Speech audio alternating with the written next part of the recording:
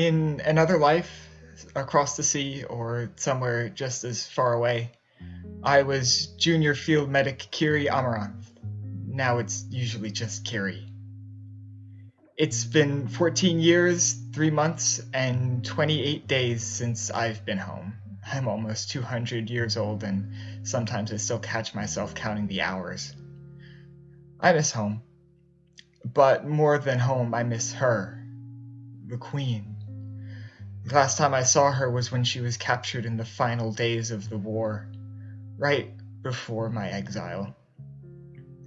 I just can't help but feel restless in this place. I guess that's why I took up wandering. But it hasn't been all bad. There are wonderful people in this part of the world. There's beauty, both natural and magical, just waiting to be found. And this is where I met Dev. They're not quite like anyone I've encountered before, but they remind me of home. It's been nice to have someone to travel with again.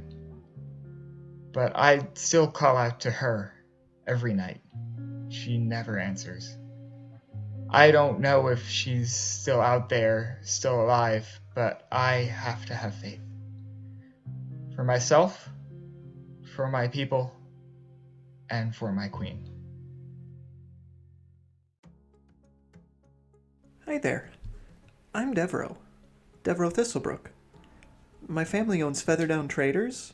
It's a small farm and general merchant operation headquartered in the small hamlet of Featherton. It's just on the other side of the hills outside of Faybreach. The farm produces wonderful cheeses, and they grow, dry, and distribute many different blends of tea. My younger sister Desiree is taking over the family business for my mother. But me? I guess I'm a bit of an oddity in halfling culture. You see, most halflings are perfectly content to stay home and keep a predictable, dull routine. Ugh. Me, though? I don't care for business or homesteading or any of that predictable stuff. It's boring, mundane, sedentary. So I've decided to spend my life as an explorer, just like my dad before me. There's always so much out there to see. Plants, animals, and all manner of fantastic creatures. I just gotta get out and see it for myself. So, I use some of my skills to act as a cartographer and guide for hire for other adventurers and travelers. I also keep a journal of all my own experiences, and I catalog the strange and wonderful things that I've seen in my trips. Someday, I hope that I'll write a book of my own. And when it gets published, I can be famous. Well, I can be more famous than any other halfling I've ever heard of in the realms. You know? Why, hello there. I'm Salix of the Evertrees. I was raised by my parents in the massive forest just south of Valzara with my brother Kendall. We are only about a year apart in age, and we've always been really close, but we're pretty different. I'm a druid of the land, tasked with the care of a very old willow tree. The magic was strong in my blood when I was younger, so I was marked with ink I made from her bark. Kendall, not so much. A while back, I also heard of the god Cord, and it struck something in me. Since then, I've been training with the monks at the monastery outside Valzara to answer the call of the Stormlord.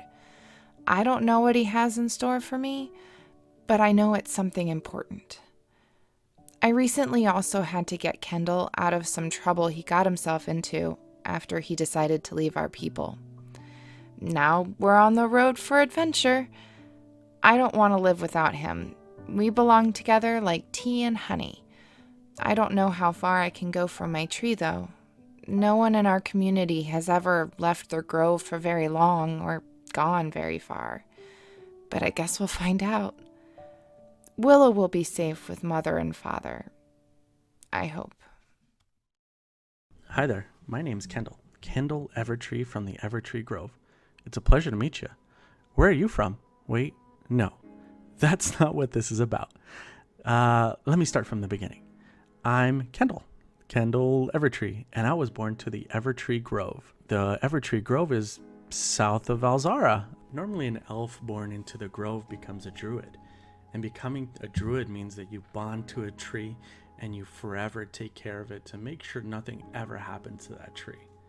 Now, although there's nothing wrong with that, that just wasn't me, which is a little strange specifically because my mom and dad are the elders of the grove, and their firstborn is kind of expected to go down that same line. And to be honest, most everybody in the grove is a druid. Okay, everybody in the grove's a druid except for me. I'm actually quite proud of that. There isn't really anybody in the grove's history who didn't bond to a tree. Now, it kind of labeled me as an outcast, but that's okay with me. I don't plan on staying around too long, and I've actually left already, but I got myself into trouble. The trouble always seems to find me somehow. It's definitely not my fault. I don't care what Salix tells you. Oh yeah, and how could I tell you about myself without telling you about Salix? Salix is my younger sister and my best friend. She's basically the grove's prodigy. She's the best druid I've ever seen. And, well, she keeps me out of trouble. We do everything together, and, well, she's my voice of reason, and without her, I don't know what I'd do. But now we're going out into the world, and we're going to explore. We're going to see every corner of this world, and the realm, I know, has a lot to offer. So if you have any place that you know is amazing, just send me a message. I'd love to see it. Well, anyways, I'll see you around.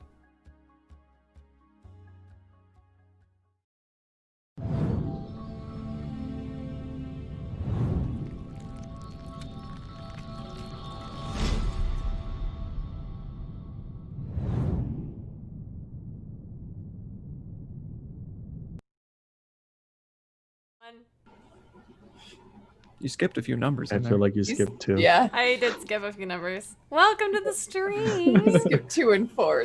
There were. It's all right. Odd numbers are the best numbers. 5, 3, 1. Here we go. Wait, can are we on count stream here. already or not? Oh, we are. Oh yeah, Oops. we're live. Hello. I was waving and then it sounded like we weren't on stream. Oh no, they heard all of the banter. Oops. Fun Assuming fact: we're we've unmuted. actually been on stream this whole time. Oh. The thing that I said about Luke, I didn't mean it. Oh my god. That's all I'm right. just kidding, Luke. I didn't say anything, but What I said, I meant. oops. Is my caption? Oh, okay, it's working. It's just on Kendall's bicep. It's What's a great up? place to be. Oh gosh. It's gonna be Is fun it gonna today. be that kind of day? Looks I like didn't, it. I didn't know the Delaney family let Kendall have guns. Oh. Was that a good one? Did I do good? Where's my Yay. green card?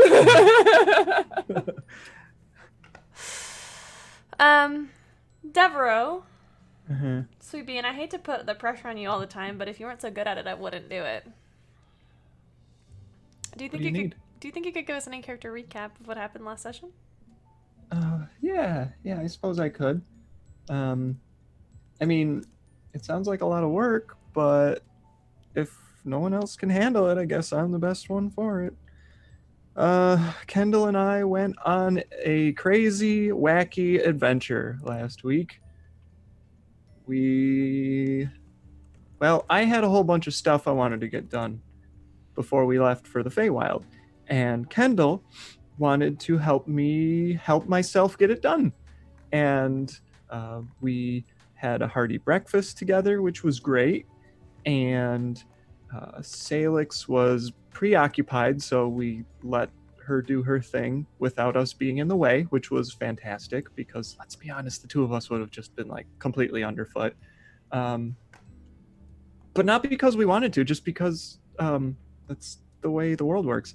And after breakfast, we went and saw Vesper. Wow, I had to think about his name for a second there. Went and saw Vesper. We asked about cold iron weapons, and turns out those are really rare and really expensive, and we wouldn't have been able to get them in a day, so we kind of dropped that like a bad potato and moved on to the next thing. which was we went to a shady shop in the middle of an alleyway, and talked to the proprietor of a magic items emporium, and he didn't really seem to like me much, but that's okay, I guess. I'm not everyone's cup of tea. Kendall got a fancy longbow.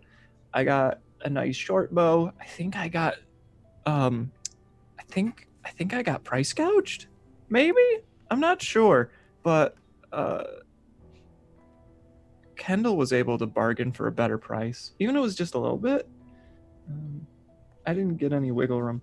And then I also got a fancy sword, which was great. We bought a couple potions, and then we went to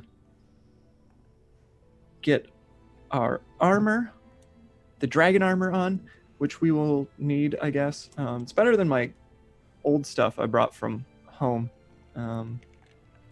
Plus, it's Kendall's favorite shade of armor, which is like black, I guess. I think that's like a Raven Queen thing now. Like his taste in colors has changed slightly. But I've also been told that what was it? Black is a type of shade, right? It's just like brown is a tone of orange or something. I don't know. I'm trying to remember. I never was very good at the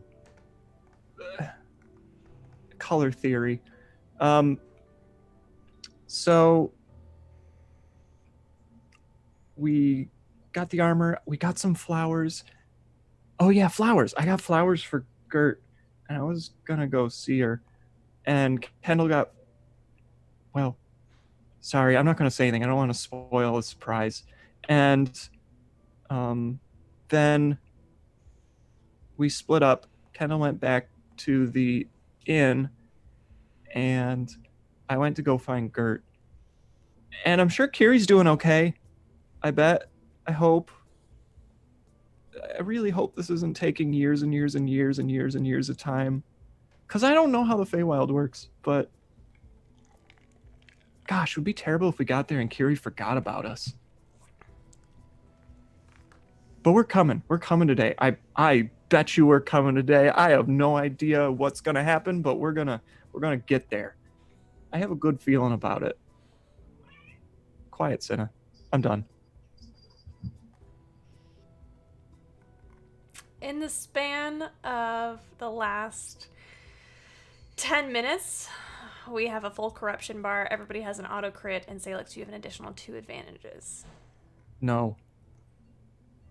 Well, party's back together, y'all. Why does this happen? New stream name, the Dream Team. That's it. That's all I got. Okay, we can work on it. Alex, okay. Bud, you're muted. I'm supposed to be. Okay. We just have to read the web captioner. Some of us have to wait for it. Okay.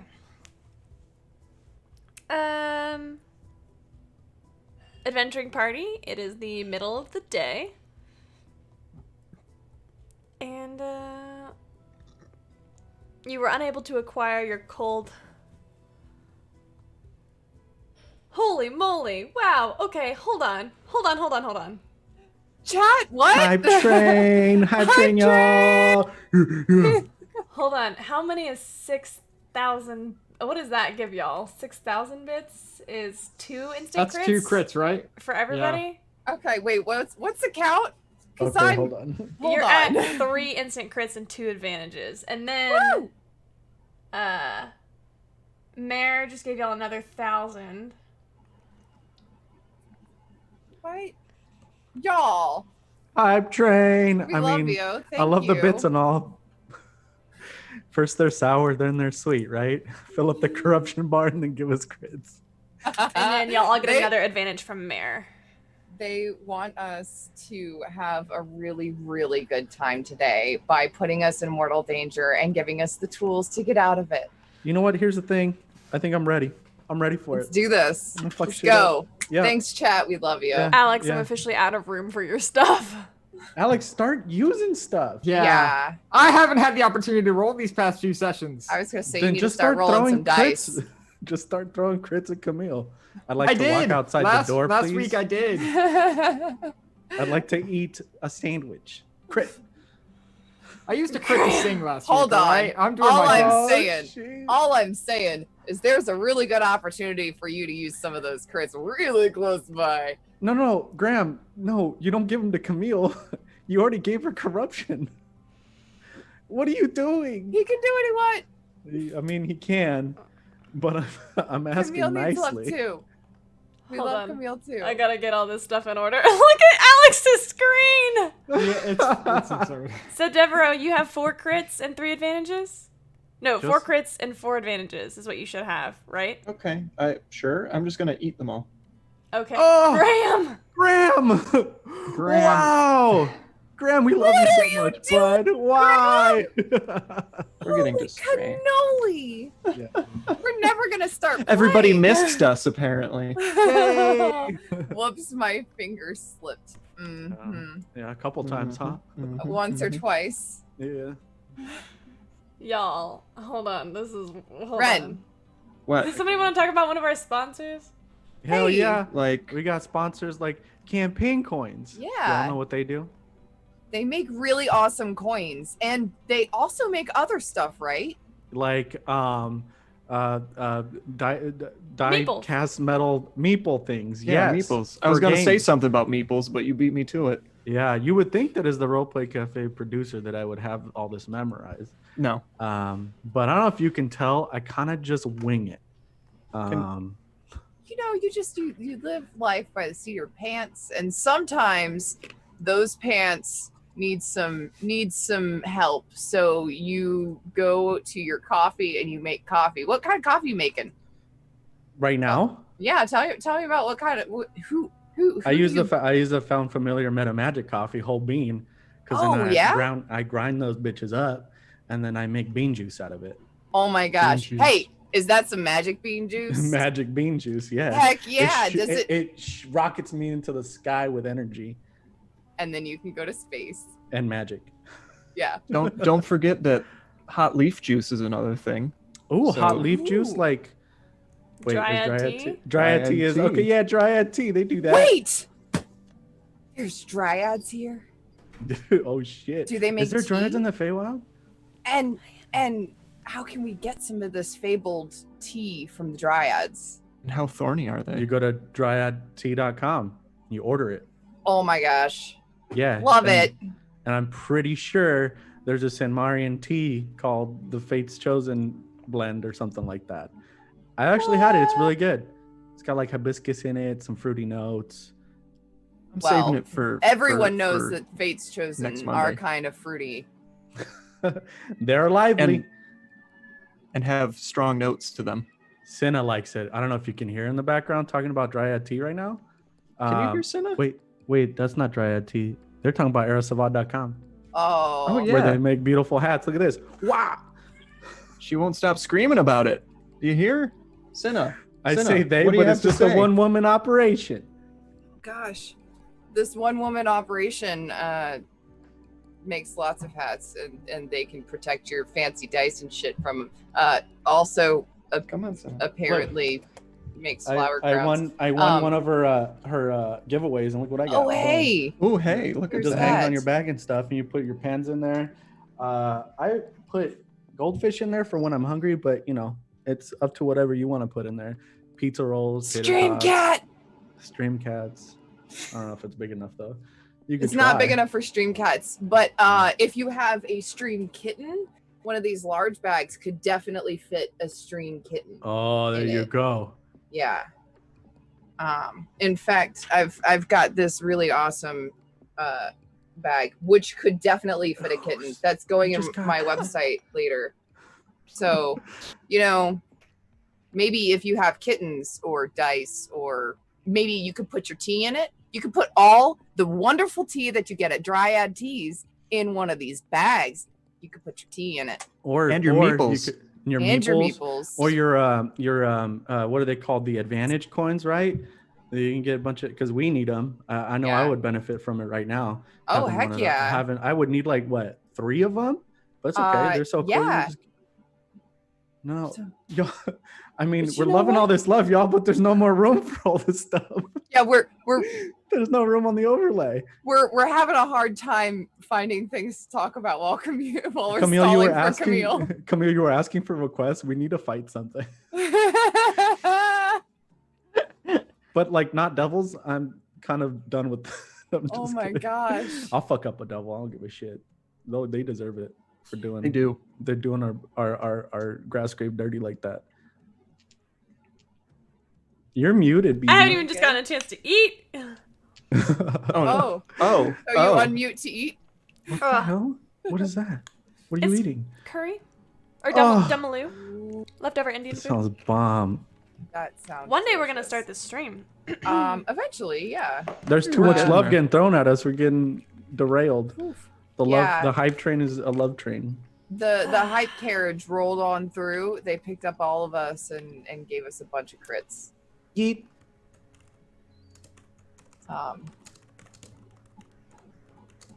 No, I didn't mean to do Do that. I have 4 advantages? Dax You've says I got should like have 3. 1. You've got none. Don't worry about your advantages.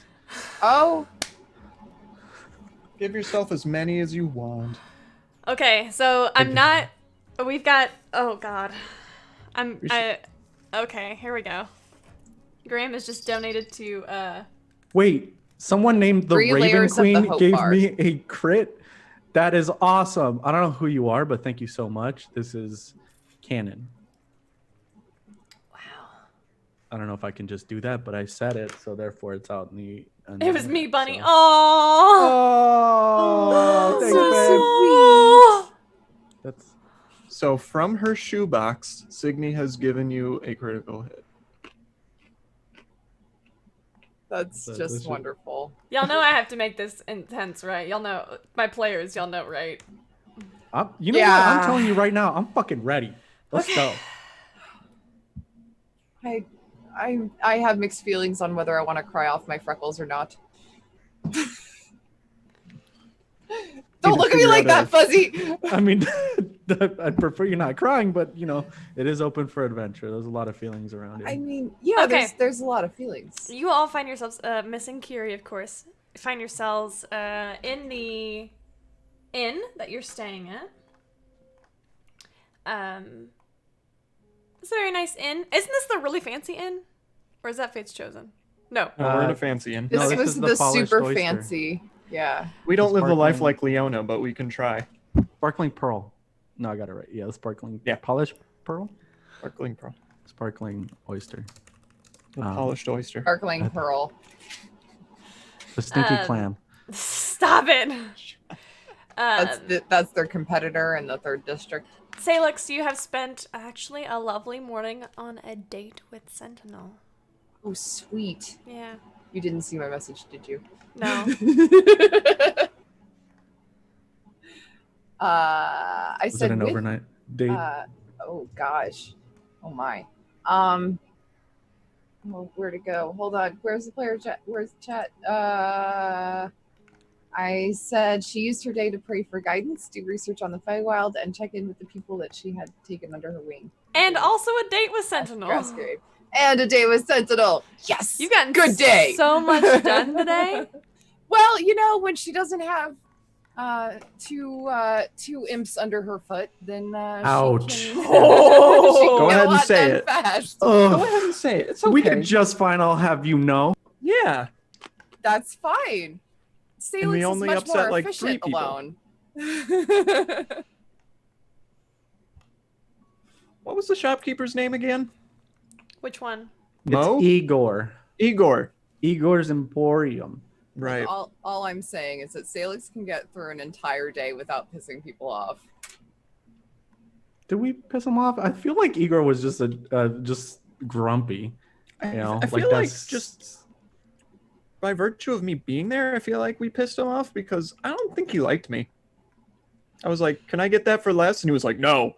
And you were like, hey, can I get that for less? And he was like, sure, buddy. Anyway, so you're in this inn together, and you've been reunited. What do you do?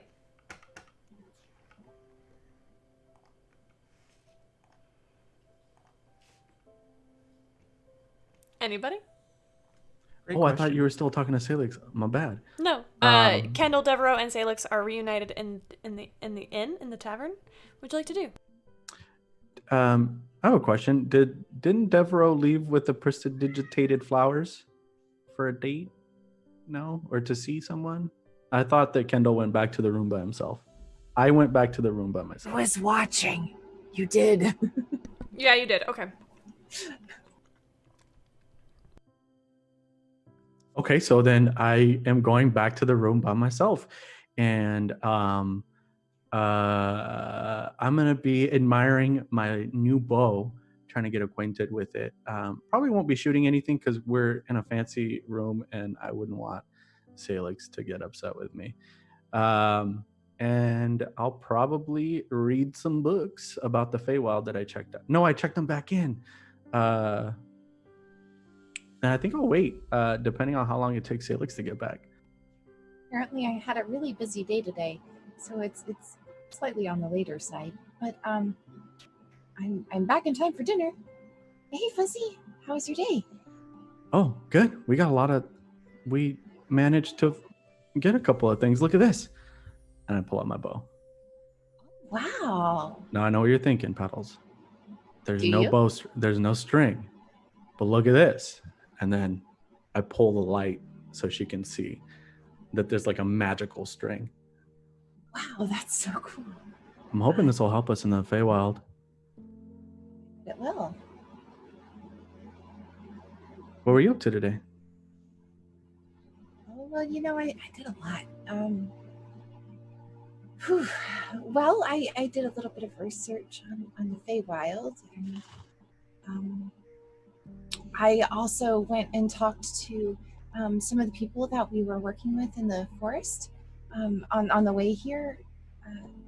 I just checked in with them and let them know that we'd be leaving so they wouldn't see me around anymore. Oh, how are they doing? I know it must be difficult for them to be here and not home. Yeah, but young people are resilient. They can stand up to more change than people give them credit for. That's true. We're doing okay, right?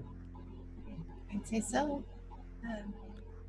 Overall, it's kind of been a little hectic, huh? Yeah, it's, well, I guess more than what I thought we would get. I thought it'd be a lot harder to find excitement, I guess. Well, if you stay in one place too long, you put down roots, but not much happens unless it comes to you. If you go out in that world, you find more excitement. Yeah. I know it's not under great circumstances, but I am still a little excited to see what the Feywild looks like. You think it looks a lot like that cavern? Looks like what? Cavern? Oh, you mean like Kendall's cave? I got to really name wish it, you right? wouldn't Because, call it- I mean, I found it. I get to name it, right? I mean, sure. Do you still have the flower, right? Of course. Maybe we should look at it once we get there. Yeah, I can replant it when we get there. If we get there. Yeah.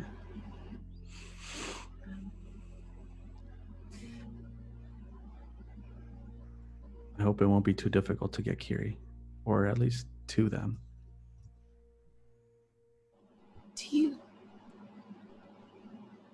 Do you think they want to leave? I mean, the whole time they've been trying to get back. I mean, really, do you think that they'll come back with us? I don't know. But they still didn't seem that sure when they were going. Maybe it's like this, I was really excited to leave the Grove and I wanted to experience new things, and now we've experienced some things that, well, I wish that we hadn't. Sometimes we don't know what we really want or what we're really asking for. And I think I just want to make sure that Kiri got what they wanted. Fuzzy, you're the best friend anybody could ask. Yeah, you think so? I know so. I've been your best friend for 100 years. That's true. You kind of had to, though, didn't you? I didn't have to. I'm your older brother. It's like written somewhere in a book, I'm sure, that I haven't read. I've read a lot of books, and I don't think it's in a book. And even if it was, we all still have free will, and you don't have to like your family, and you don't have to be around your family just because they're your family. But I choose to because I love you exactly as you are. Thanks, Petals. I love you too. Although I never got along with Mom and Dad that much, I do kind of still miss them. I know, Fuzzy. Me too. Where's Dev? Oh, I helped them find a present for Gert, and I think they're gonna go talk to her. Oh, well, I hope it works out well. I'm sure it will. Dev's a great person. Super cute. They really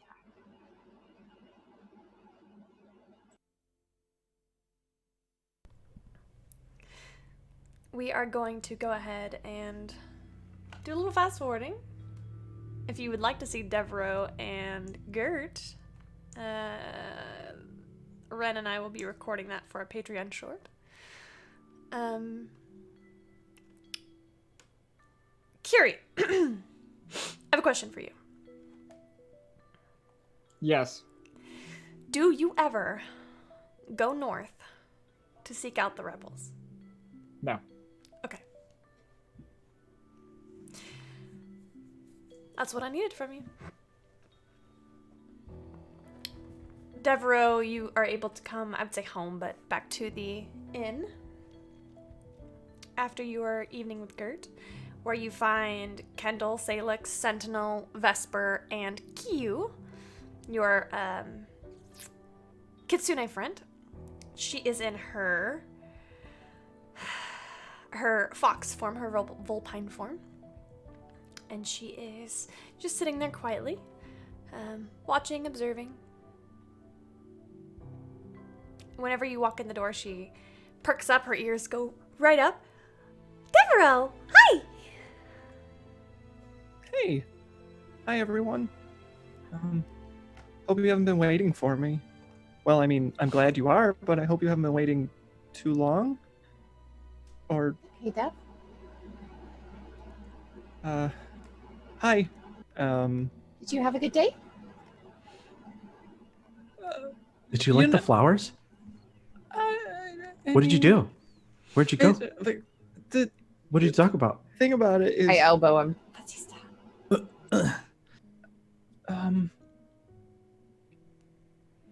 yeah, it was really good.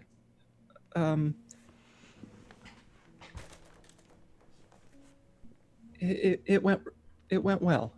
I can be happy to tell you about it sometime.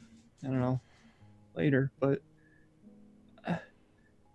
I've got one more thing to take care of before we get ready to leave. And I can't. I've waited a long time to do this, and I gotta make sure that I send some money home. So I gotta get it done. Okay. We'll be here when you're ready. Okay. I'll run up to the room to scrawl a quick note and pack a whole bunch of money in a bag. Okay. A magic bag? Of holding, maybe? Oh, you're gonna send a bag of holding?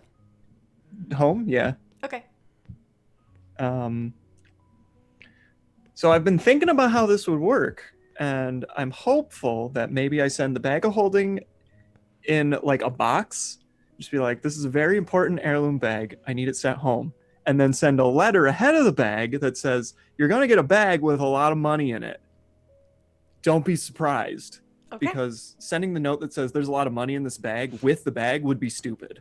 So I'm going to try and set up 2 couriers to get that shit home. Easy enough. You Perf. catch the courier right before it closes, and your items have been sent away. Great.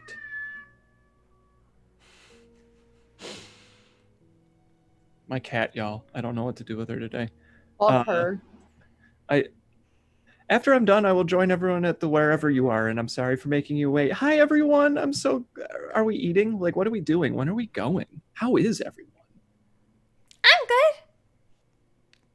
Are we still at the dinner table? Yes. Oh yeah, I'm stuffing my face. Doing great. Are you hungry? We should probably eat before we go. I actually already ate. Oh, Yeah. I think that's the first time I've ever seen you turn down food. It was the first time for everything, right? But I you know suppose so. what? One of those biscuits looks good, and I'll just like flop onto the table and reach across and like slap my hand across to like grab a Kind of biscuit. scoot it towards them. Just with my finger. Ah, yeah, that's good. That's the stuff. So what did I miss? Not With my much. mouth full, I just go, not too much, just this. That's fair. What are we doing before we leave? When are we leaving? Dinner? Yeah, where are we going? I don't think there's anything keeping us here any longer than this meal. Aside from our hotel room tab. Actually, no, I already paid that, didn't I? Okay. I think I paid it. So, yeah, just the meal. Well, I'm ready to go whenever. Me too. Cube, do you think there's anything that we should take that we don't already have? Or I you don't doubt think so. Okay, well, that works.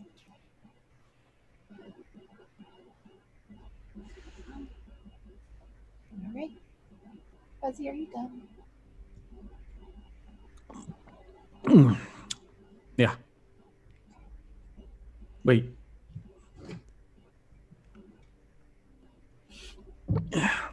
Yeah.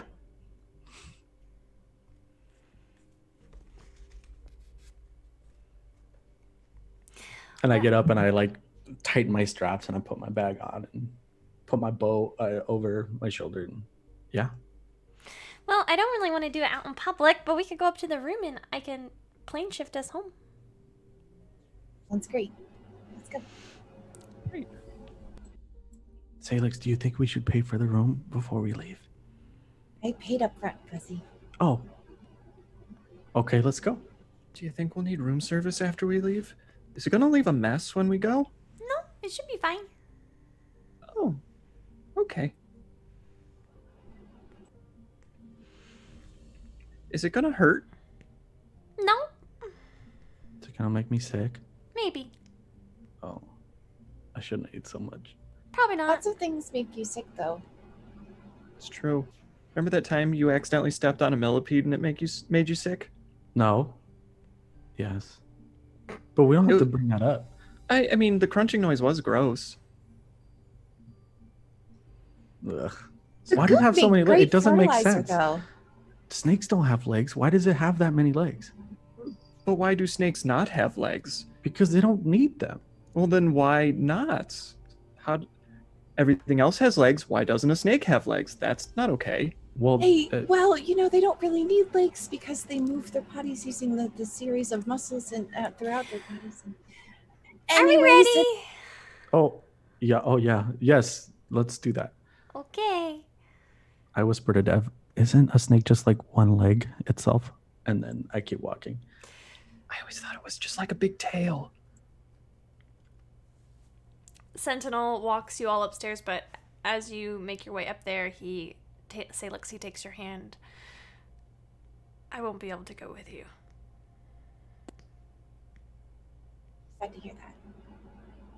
I'll be here when you get back.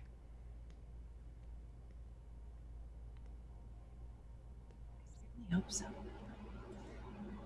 You take care of yourself, okay?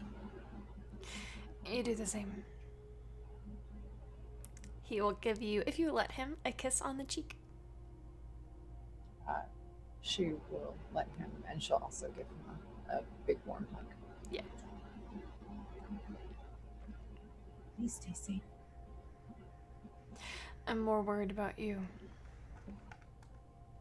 Be okay. Kendall's funny.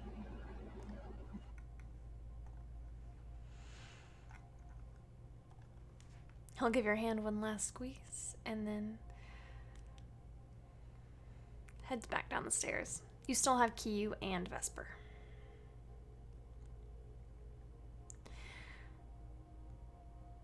You make your way back up, all the way up the stairs to the room. Kiyu bounds in and prances about, jumping on the bed a few times before you see her shift into her humanoid form. It's hard to do, hands. You have to hold hands with this spell. It's harder to do when I have paws, so I figured this would be easier. That makes sense. Definitely. Okay, so everybody just needs to hold hands. Hand. I give a hand to Kendall and Kiyu. And then I'll grab Dev's hand and Salix's hand. Also give a hand to Kendall and Q. Vesper.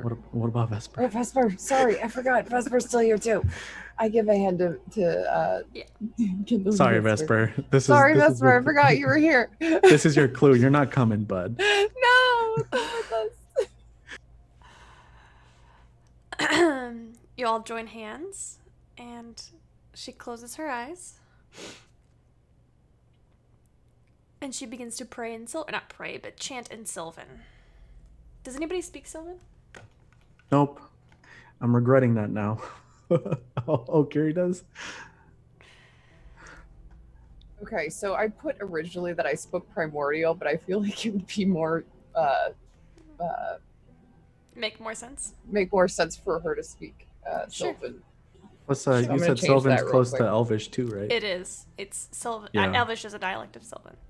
Totally would make more sense. Trying to just correct that real quick. And so yes, Salix would speak Sylvan.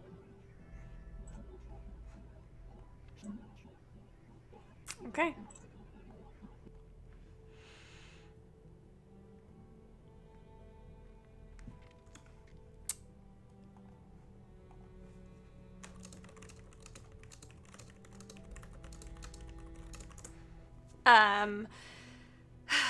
Sorry, I'm a little distracted.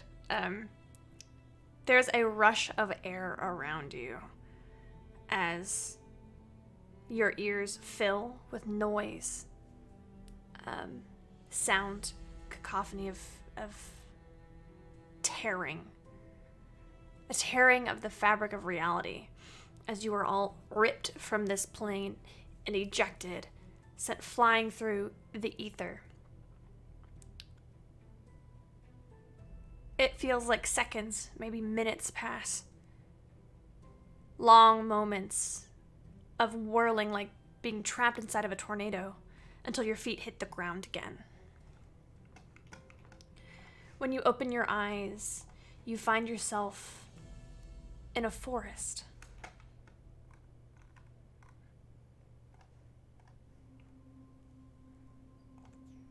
This forest, though, is unlike anything you've ever seen. Instead of trees, you see giant mushrooms.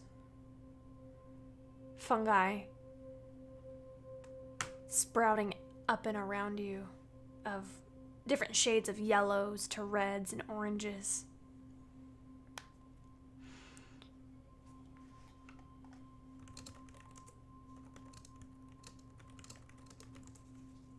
you hear vibrations almost like cicadas of various pitches and tones, and some of them quiet as you find yourselves appearing here. The ground underneath your feet is soft, like a moss, and there's a sweet spice taste in the air. It is forever. You see the sunset in the distance.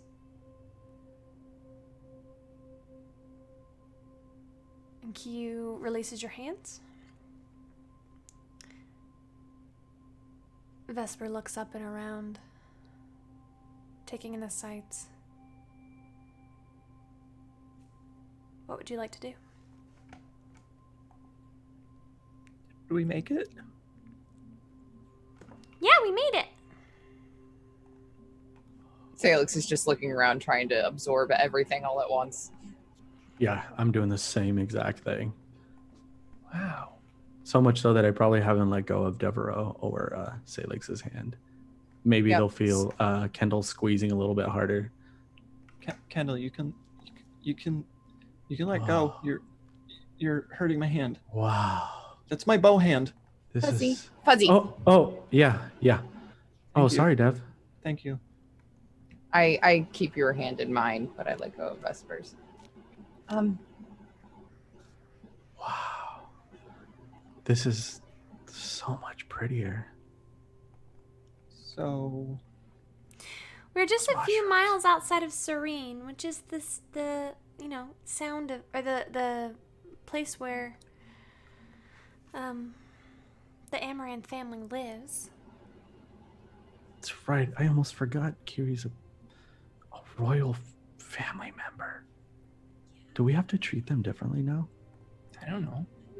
Okay, we should. Maybe we could pretend we don't know. Thank you. Yeah. If we just go up to the gate and start asking to speak to Kiri Amaranth, are people going to look at us like we're... Outsiders? Well, yes, I figured they would look at us like we were outsiders anyways, because it's kind of obvious.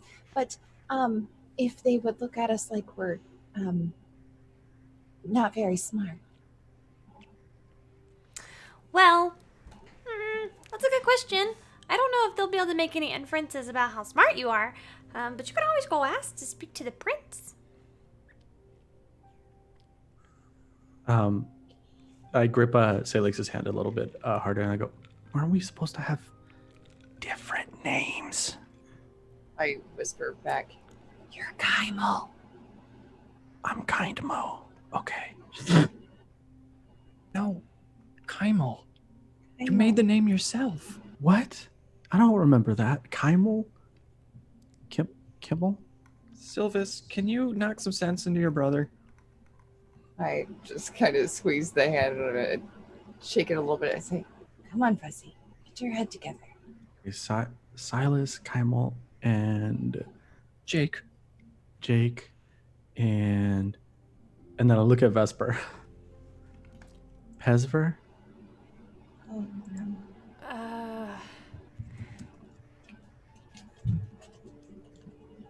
Oh god, I'm blanking.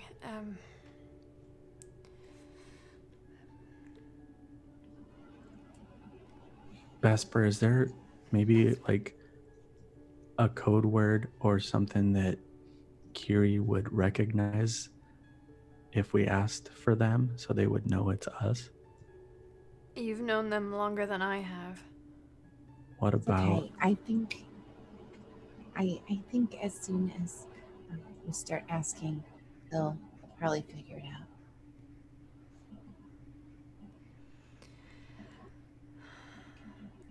Vesper looks at Kiyu, who is kind of still bounding around. You see her chase a small mouse into the foliage, and she comes back chomping. Hey, Did you what you just eating? Eat that? What is that? Is it good? It was a mouse. It was delicious. Oh, Crunchy. And sweet. Do they taste different here? I don't know. Well, I suppose the taste of any animal depends on its diet. So, depending on if they're eating the same things here or in the material plane, or if. Sorry, I think that was a rhetorical question. You Well- have lots of cats. That's great. So I don't think just, that's a cat. Be careful. Oh. So, Okay. Q, is there a road that we follow, or do we just You're go standing north? on it. Oh, You don't see much of a road. Looks like right. dirt. Let's start heading that way. Now, let's say someone couldn't see the road. Does it just go that way? Just follow me. Okay, yeah, I could do that. Should we- Sounds simple enough. Why don't I get a marching order? If everyone's okay with it, I'd like to be behind Q. I'll bring Don't I up the brought me rear. like that? I guess I'm in the middle. Sandwiched between, well, wherever Vesper is and Vesper Kendall. will bring up the rear. Okay, then It doesn't really matter to Salix where she is in the marching order. Begin to make your way, what looks like toward the sunset, which would be west. No, east.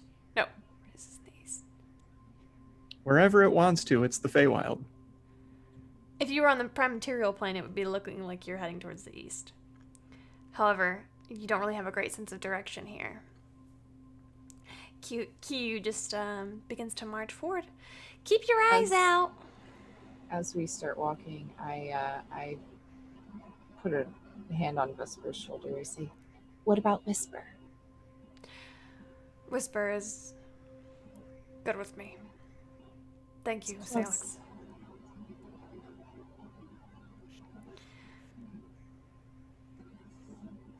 As you begin to walk forward, you see that your steps are illuminated depending on what shade of moss you step on. The air around you seems to crackle with some sort of unknown energy. Some sort of whisper in the air, like a constant song with no words, or rhyme or reason.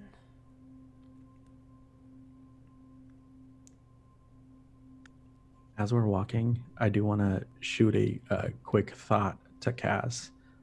Are you still here with me? I'm still here. Do you feel different? You could say that. Hopefully we won't be here too long. And then I leave it at that. Noticing the moss light up, I start tapping like walking in different rhythms and dragging my feet and just like seeing the different colors and patterns that I make as I just kind of shuffle along on the road because extra like that. It's maybe about a 30-minute journey that Kiyu takes you on. She's bounding from mushroom to mushroom, kind of reveling in her, what you imagine to be her sort of natural habitat.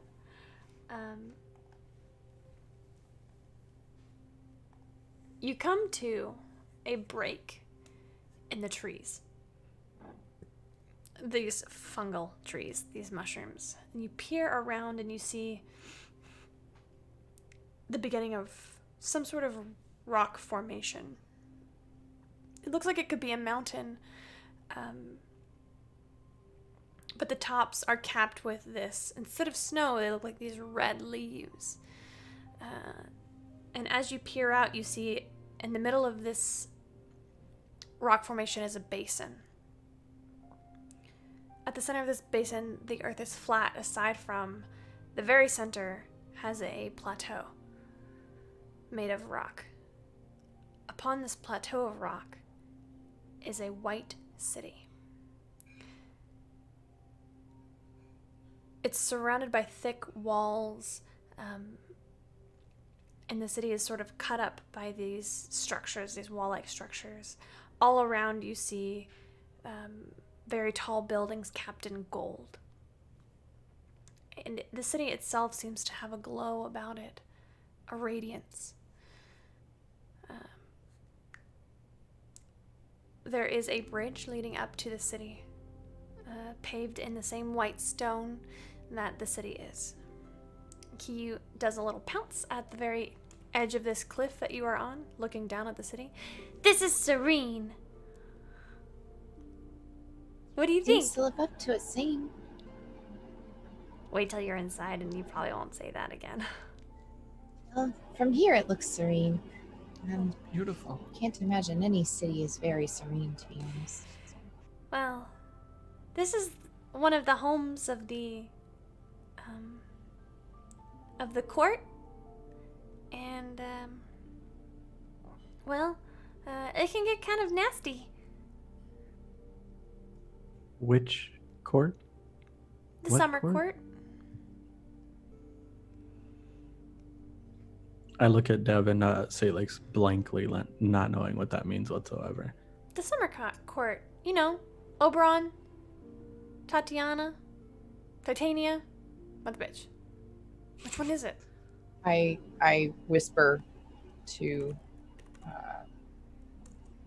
Kendall. I say- Titania. Sorry. I whisper to Kendall. I say, Our grove is connected to this court. Oh. Okay. Okay. Well, Maybe not this location, but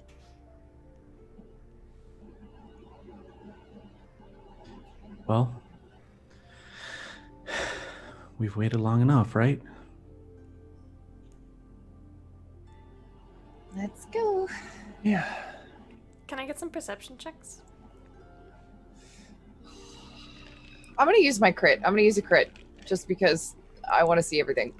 Okay. Oh, heck yeah, that's right. All that Uh, money thrown at us. I will also um, use a crit. So that's a 28. Mine's just a 24. I rolled a 4. It looks like a big city to you, Devereaux.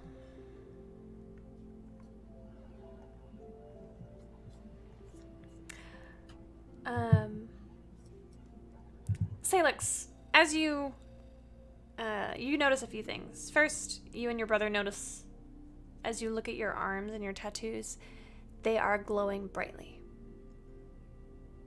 You are not using any kind of magic, but they are glowing as if you are. It's gonna be, that's gonna bring attention to it. Okay. Kendall, you also notice a bit of smoke rising from the very center of this city, this white city that kind of spirals upwards. There's a bit of smoke rising from it. Like, is it like heavy or kind of just like wisps of smoke that I can kind of see from here? Wisps of smoke that you can kind of see from here. Key, what's in the middle of the city? It should be the castle. Are they usually cooking or something all day, or? I don't know. Usually smoke coming from it. We should go check it out, though, huh? Yeah. Uh, I kind of nudge Salix and I tell her, the flower. you know, that's we've Okay. later. I kind of hold my hands up and they're glowing and there's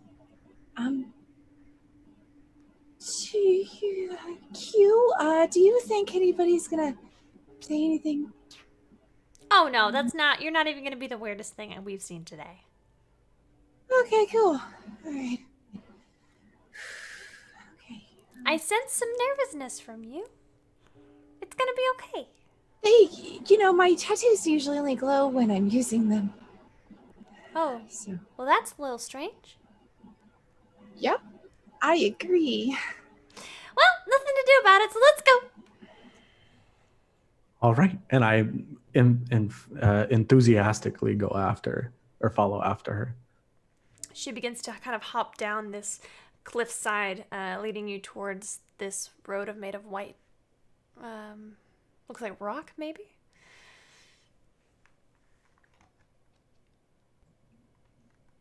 I trail behind, trying to keep up. I'm slow. Oh, Deb, would you like a ride? No thanks. I'm just taking everything in. It's all so beautiful. You find yourselves, as you get to the road, you see just off to the side of where you came down a rushing waterfall that leads into this pool.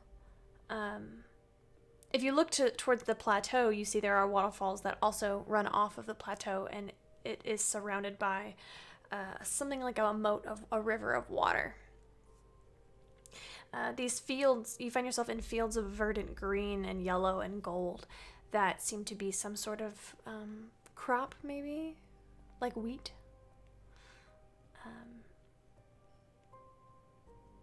It's very quiet as you make your way to this road, which just sort of begins. Doesn't seem to really go anywhere, except for to Serene. Kiri bounds along. This road is maybe half a mile long. It does not take you very long to approach the first bridge over the river that surrounds the plateau. As you look up, you see it's maybe 100 feet up the cliffside. Almost impossible to scale. Luckily, this road goes across a bridge, and then another bridge over a waterfall, and then you see an entrance, a gate. That's weird. Normally there's a guard here. Normally there's a couple of guards here.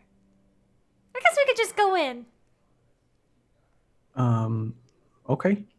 Sounds good to me. You see these beautiful golden spires coming up on either side of you as you ascend these stairs up to the main entrance of the city.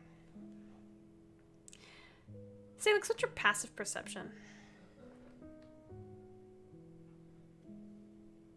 18. Okay. You hear quiet, which is not something you'd expect for entering a thriving city.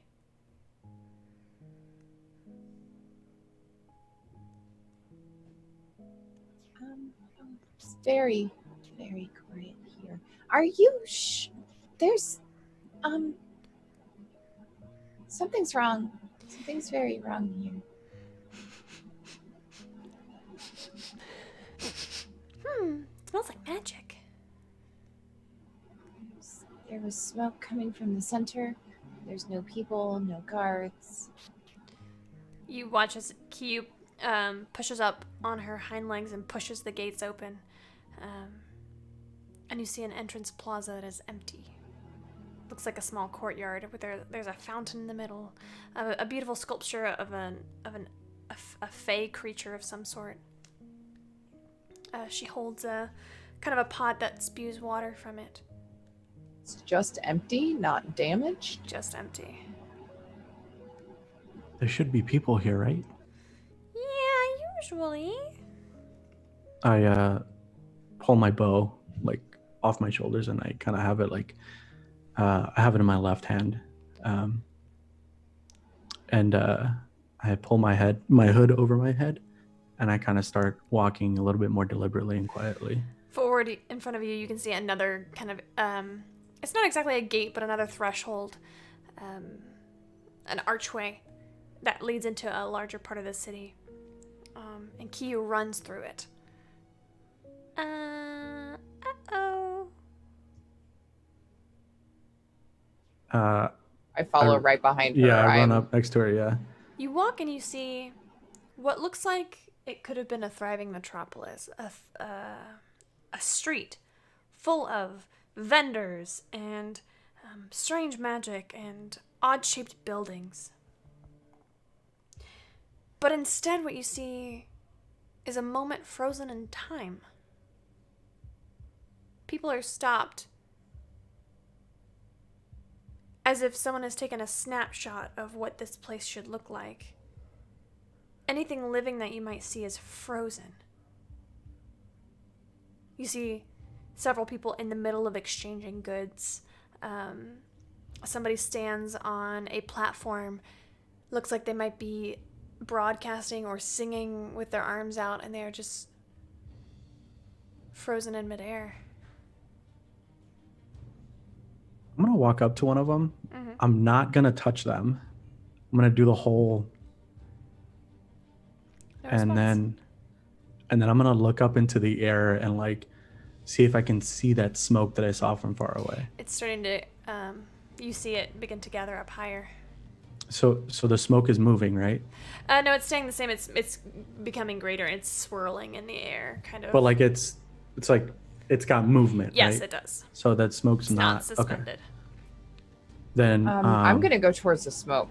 Then I'm gonna point out the smoke and I'll say, hey, maybe we should go. Deborah? I'll hustle that direction if everyone else starts running, and I guess I'll. Well, I won't draw any weapons yet because I don't know what I'm gonna face yet, so I'm just gonna start hustling. Okay. Before we leave this area, Deb, do you want to go faster? I mean, I don't want to hold anyone back, so and I will attempt to cast Longstrider on them. Okay. Okay. So I will just cast it then. So you have 10 extra feet for the thank next hour, you. or as long as I can keep concentration. Again, my feet just move infinitely faster. I don't really take longer strides. I just stride faster. Definitely.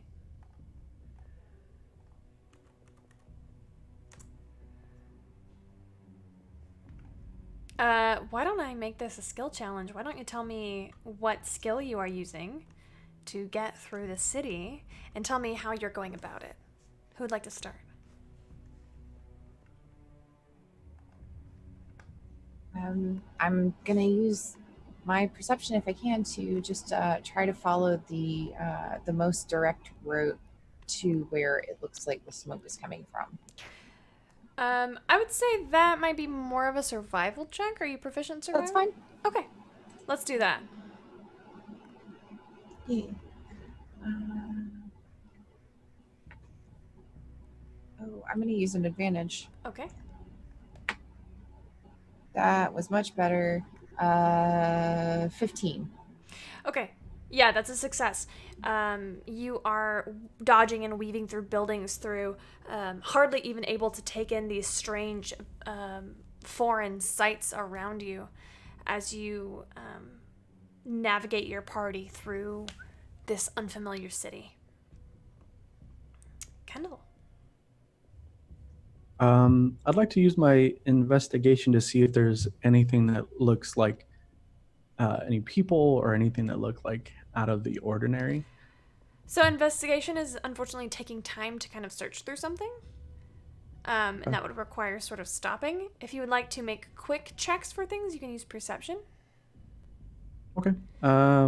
Would you like to make more of a physical challenge, or do you want it to be mental? Let me think about it if I can. Yeah. Skip my turn for right now. Yeah. Deborah? Here's a stretch, but can I use history to recall information about the development and layout of large cities to figure out the most direct route towards the center? So kind of using intellect and like urban planning to figure out how things might have been laid out.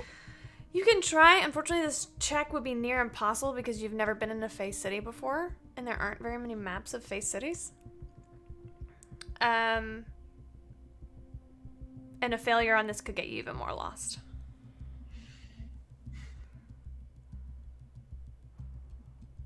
I'm gonna use an advantage. Okay. Ooh, that's 2 15s, so 21. Sure. Between you and Salix, you are able to make your way. You're still not making very good time, because you're taking that time to kind of inspect and look around, as opposed to just running. But yeah. Kendall? So we're getting closer to the smoke, right? Like we're going towards the smoke. Yes. Okay, so I think for right now I just want to get there as soon as I possibly can, but being stealthy. So I would like to use a stealth check Okay. to make sure that Go ahead and I'm roll not stealth. seen or anything. Yeah. Go ahead and roll stealth.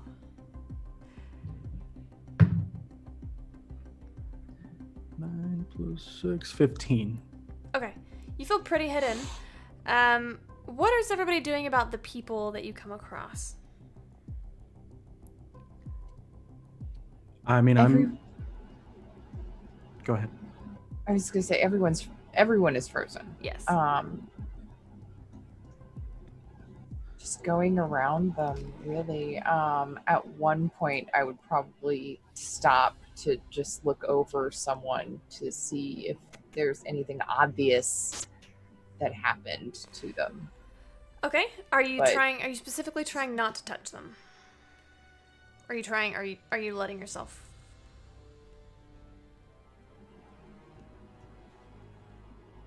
I don't know. want to touch them. Okay, go ahead and make a dexterity check for me.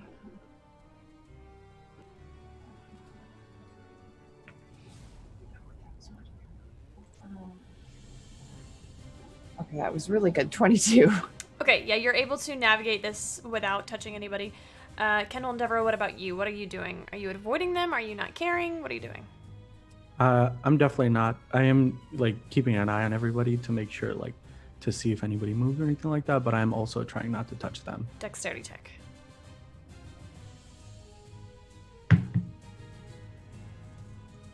Plus 3, 17. Deborah? I have a feeling like I'd start running past most of them to begin with, but as we get kind of closer and I'm still just kind of looking around, I feel like eventually if I find like a cluster of folks, I may stop and get close to like look at them, because these are weird fey creatures I've never seen before. And it's like everything I've always imagined I would have loved to come across. So it's like a dream come true almost to be here and see everyone. It's a little weird to touch people, but maybe at some point, if they're like holding something, I may like poke whatever they're holding, but I don't think I'd touch any people because that's just weird. Why don't you make a dexterity check to see if you can make through these crowds without touching anybody on accident? Ooh, halfling luck. Oh, hey, that's better. 22. Oh, yeah. Okay. You begin to make your way through the city. Salix, you said that at one point you do stop. You find yourselves at the very base of what appears to be a castle. There's a massive plaza ahead of you where people are gathered. Sort of this is a common area. They're dressed in elvish or sylvan finery. You see hair that trails. Some women have hair that trail down, and men and of all genders, hair that trails down to the ground and falls behind them. Long gowns that are absolutely impractical for any good purposes. Ears that come up to fine points. Brows that come off of people's faces, like out. Exaggerated features. And Salix, why don't you want to kind of try to understand like what's going on with them? Why don't you roll a medicine check for me?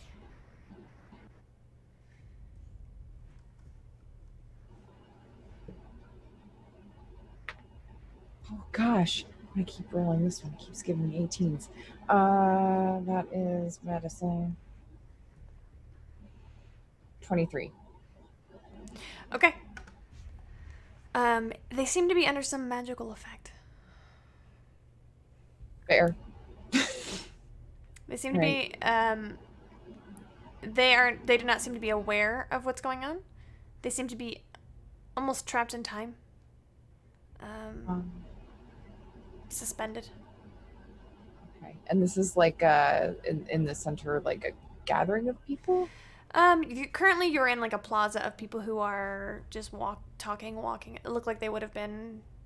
It's just not necessarily a formal party, but maybe like a Saturday afternoon. People are gathering and hanging out and talking. Judging from the people around, does it look like anybody like looks official or in charge or anything like that? Oh yeah, make a perception check. Yes. 25. Yeah, you see several people that look like they are in uniform. Several Sylvan Eladrin people who are in various seasons wearing official regalia are also frozen. You see that the gate to the castle is, the front door is ajar.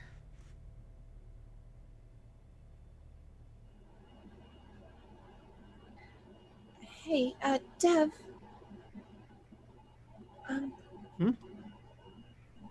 Do you know if Kiri ever told you if they were really close with their family, or I didn't think they were very close with their family, or if there was anybody in particular that they were close with their family? Honestly, they didn't really say much about their family. I mean, they never even told me they were royalty, so can't say I'm particularly well versed in their family tree. Okay. Is Kiri out here? No. I didn't see.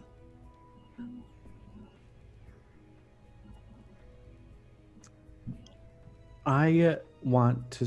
I'm not proficient in it or anything, but I did read a book called Magic for Dummies.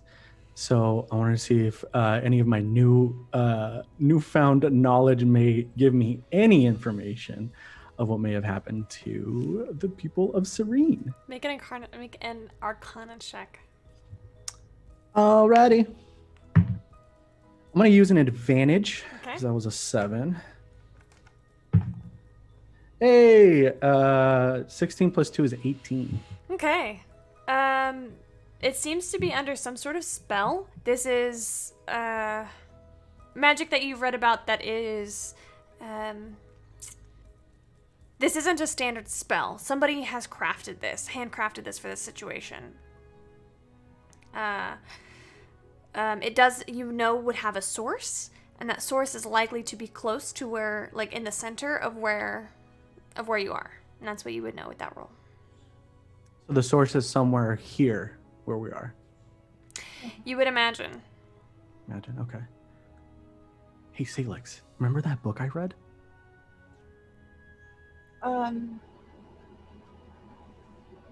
The one in the no. library about magic.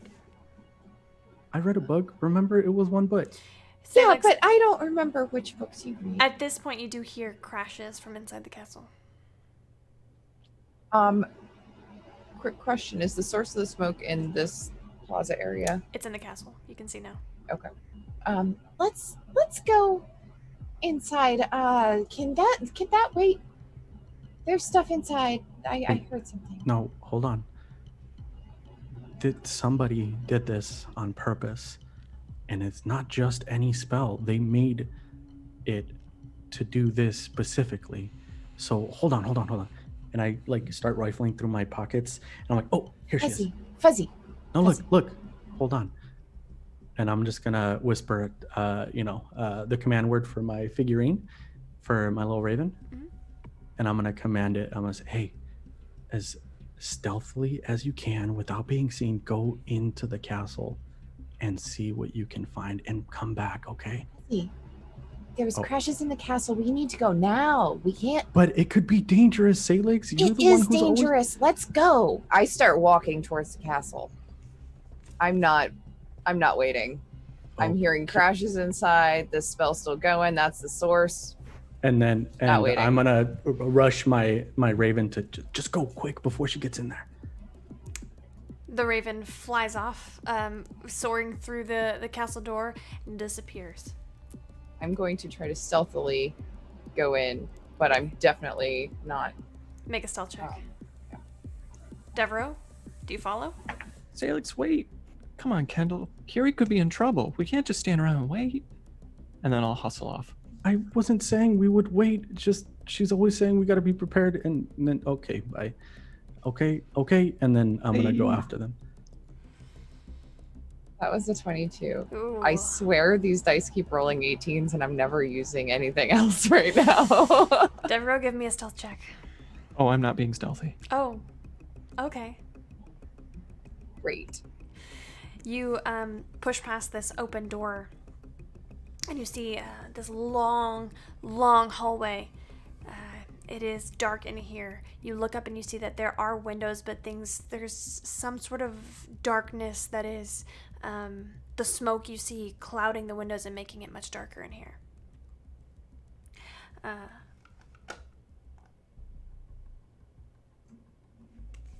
There is no one currently present, but you do hear movement around the castle. I draw my fancy new sword. God. Kendall, do you hear that? Yeah, I think it's coming from over there. Right. There are definitely hallways that go out of this, what looks like to be a throne room, essentially. Hallways that go out to the sides. There's three on each side. Got my spear in one hand and the whip of warning. Definitely.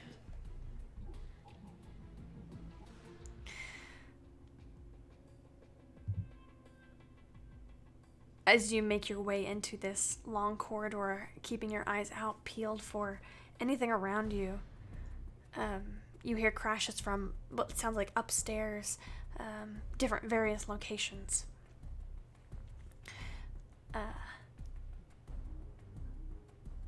And it's at that moment that you see a familiar figure exiting through one of these corridors into where you are. This figure is in their winter form, a familiar crown of thorns around their head, swoopy hair in the front, familiar armor on. It's Kiri. Kiri stops and sees you all, and you hear, "You're not supposed to be here." Kiri? Kiri? Three more figures exit another corridor, and you see three more Kiris. And that's where we're going to take a quick break.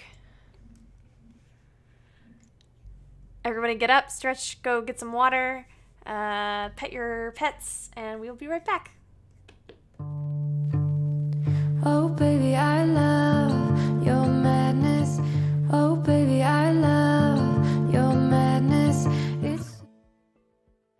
Welcome to our Patreon. Here on Open for Adventure, we are making high quality Dungeons & Dragons content, folks. We have a great big world to share with you, and by becoming a patron, you can help us explore and expand upon this adventure. With your support, we can invest in more amazing artwork, better mics, fancy cameras, and overall stream quality. Not to mention, help us get some amazing new merch that we can use for giveaways. What do you get by becoming a patron? I'm so glad you asked. Let's take a look at the different levels and give you a sneak peek at what you can get at each tier.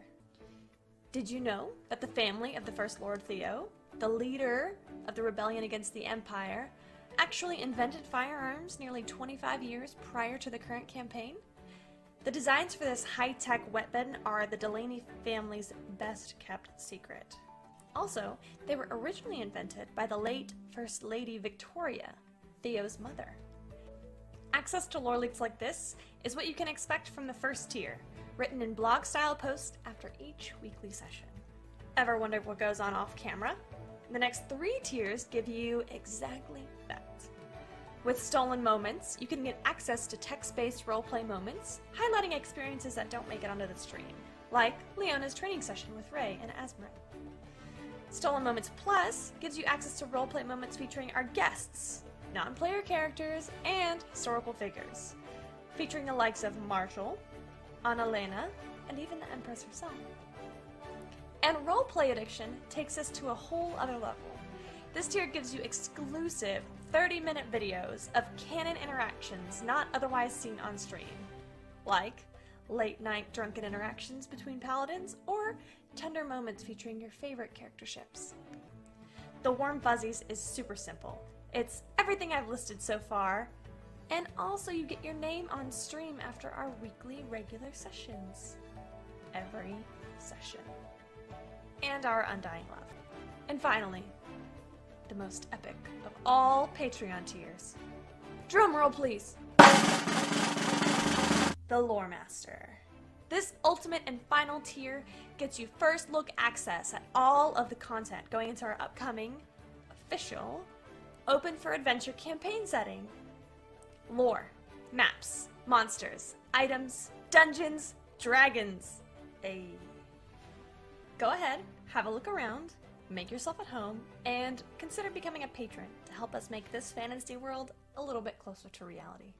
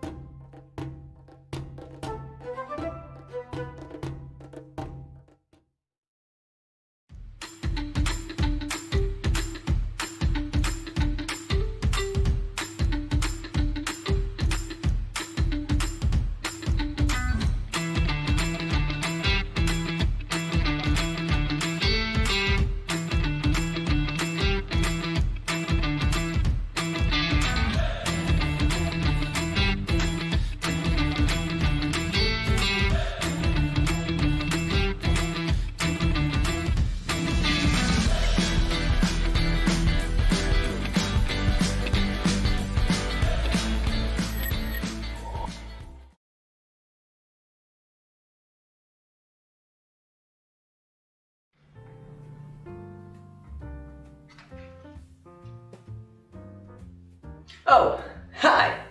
My name is Express Love. I'm the Senmarian god of coffee. Did you know that in Senmaria, every cup of coffee is made with found familiar coffee beans? That's canon.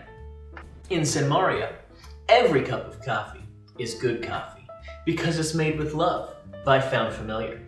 Did you know that every bag of Found Familiar coffee features artwork from incredible members of the tabletop gaming community?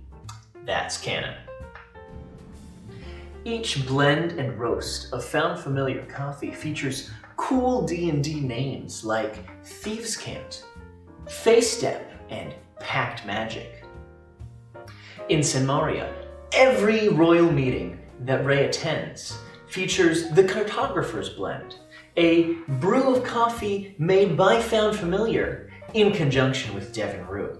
Now that's canon. Found Familiar coffee.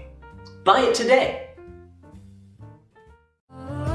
Yeah, to pieces, yeah, I need it. Once you're pandemonium, life is so easy. Whoa, you love me to pieces, yeah, I need it. Once you're pandemonium.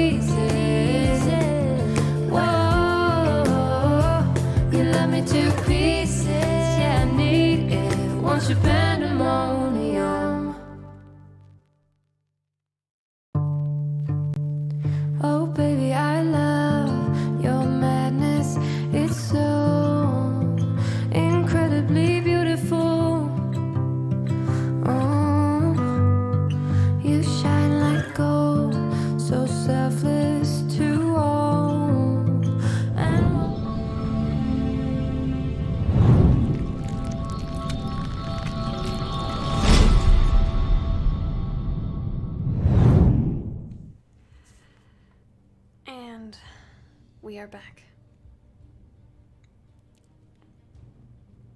So, Sunday friends, as you've approached this main entrance hallway, you see 1 Kiri come out one side, 3 Kiri come out the other. 2 of those 3 immediately turn and run.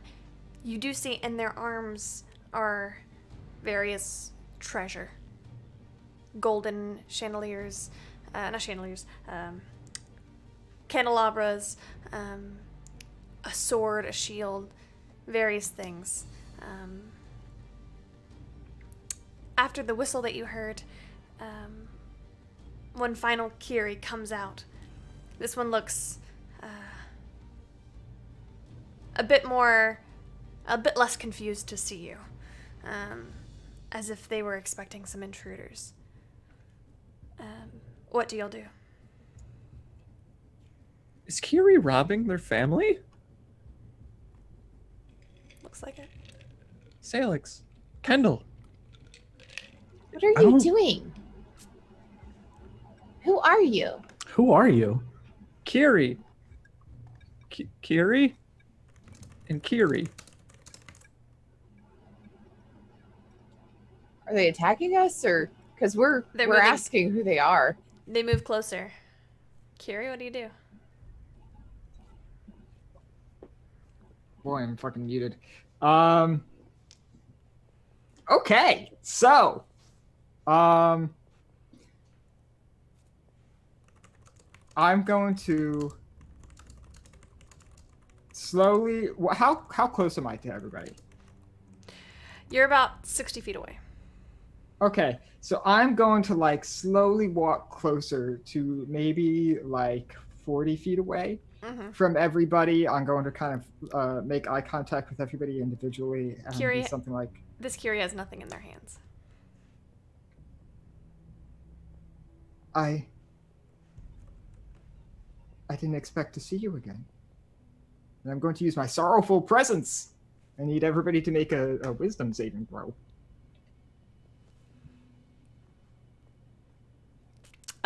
Both Kendall and Salix have advantage, I think. Awesome. Let's all. I don't know how I feel about this yet. Hold on.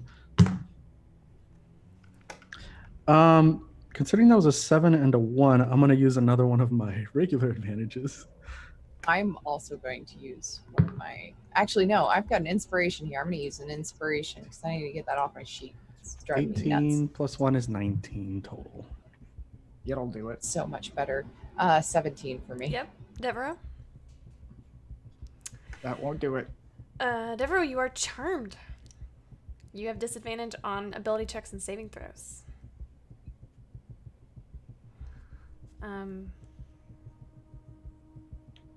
You feel. How does Devereaux? Can you describe what Devereaux might feel? Hearing Kiri say they didn't expect to see us again. I actually kind of step back for a moment and I look them square in the eyes and I say, Kiri, we came here as quickly as we possibly could. We got here in less than a day. How long have you been here? That you lost hope? Or, I don't know, that you thought we left you? It's been a long time. It's been a very long time. So sorry. Me too. What are you doing? So what are you doing now? And why do they all look like you? I lower my bow. Like I was like ready for like combat, and then realizing this is Kiri, I kind of lower my bow. I lived here for a long time before I left.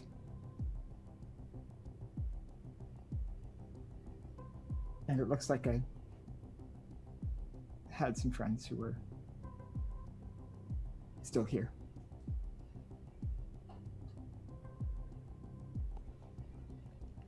I look at like Salix and Dev like, and then back at Kiri. That still doesn't tell us.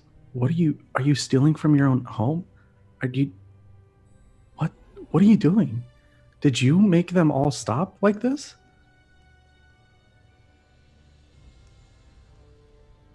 There's a lot you don't understand about what's happening now, but I'm making things right.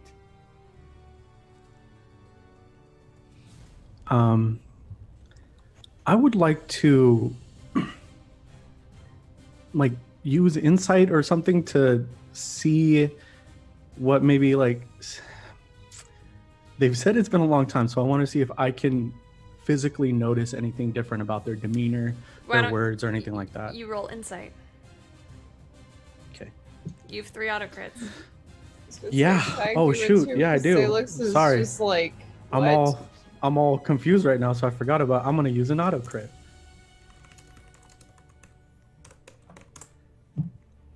I've messaged you.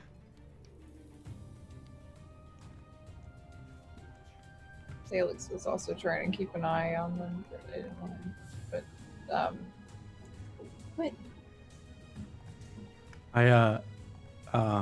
Salix, you're right next to me, yeah?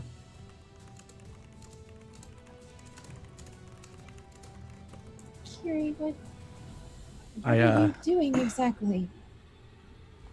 Do you want to leave, or should we go? I start lifting up my bow again, and then I grab an arrow, and I start pulling it back, and I point it at this Kiri, and I say, "No, where is Kiri?" Roll intimidation. Another auto crit, please. Okay. Here we go. as And that's going to be a total of 22.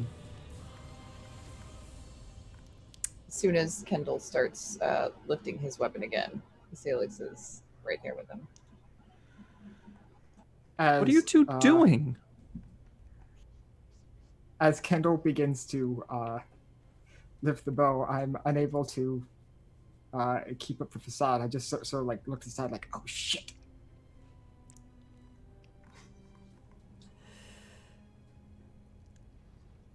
After that, oh shit, it confirms like my suspicion, and I'll let go of my arrow. Okay, make an attack roll and let's roll for initiative. And I would like to use radiant damage Okay. with my bow. So roll for initiative, you said? Yeah. We'll roll for your attack first because you get to go first. Roll for my attack for both of them, yeah? Or just the one? Just the first. You can get one shot off, that's about it. 10 plus 8, 18 total. Unfortunately, that misses. Wow. Let's get an initiative roll from everybody. Got it. 16 for me. Okay. Oof. That's just a 15 for me.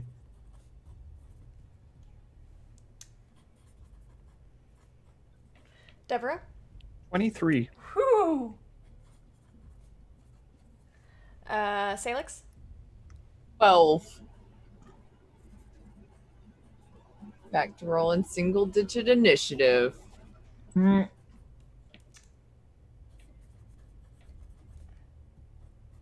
Deborah, you are first. Kendall, what are you doing? Make another wisdom saving throw. That's not Kiri, Dev. That's a 5. You are still charmed. I drop my sword, take out my bow, and I'm going to shoot an ensnaring arrow at Kendall. Because that's my friend that you're attacking. Okay, I want to pause and make sure. Can I get a but card yes. check from everybody? I'm Okay. like Okay. Are you okay? Hey, Ren? that's I feel bad, but I'm charmed, and I don't know this is not Kiri. Would you like to change the narrative a little bit? Here's what I'll do. I'm going to use my circle of blasting to make a dust cloud by shooting the ground between everyone. You can do that, yeah. Okay. So I say the word. I don't even remember the keyword for it, but I say the word and look directly between the two groups, Kiri and not Kiri, and the Evertrees, and just the searing red hot blast shoots out of the circlet, strikes the polished floor, and just lights up the dark room with this blinding light and explosion everywhere. If I could make like a dust cloud or whatever. Definitely. Like that. Everything is as this happens, rocks and dust go flying everywhere. The area is heavily obscured.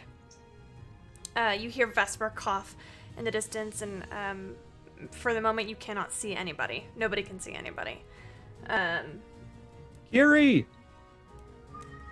Let me help you! And I'll start running towards not Kiri. Okay. Let's go! Which brings us to Vesper. You cannot see what Vesper is doing. Winter Eladrin, what do you do? All right. Oh boy. Okay. So,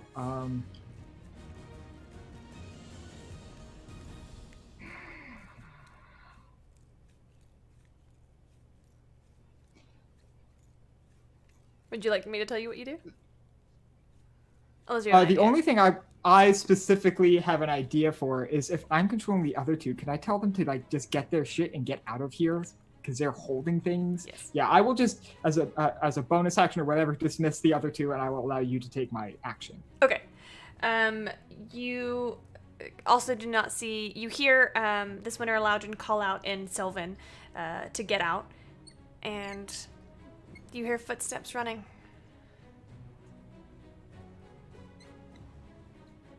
Vesper's turn. You do not see Vesper. You hear Vesper run past you and strike out. Probably not strike out, and reach out, kind of calling for Kiri, but you don't see any. See if they make contact. Kendall, the area in front of you is heavily obscured. What would you like to do? How much of the area is obscured? All of it that you can see.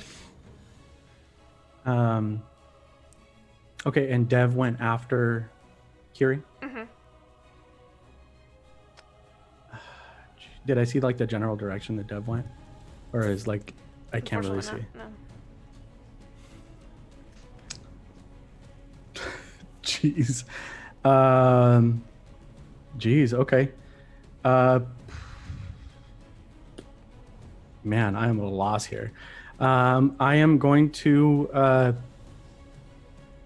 and nobody's like coming after us? Can I hear Nope. anything? If anything, you hear footsteps running away from you.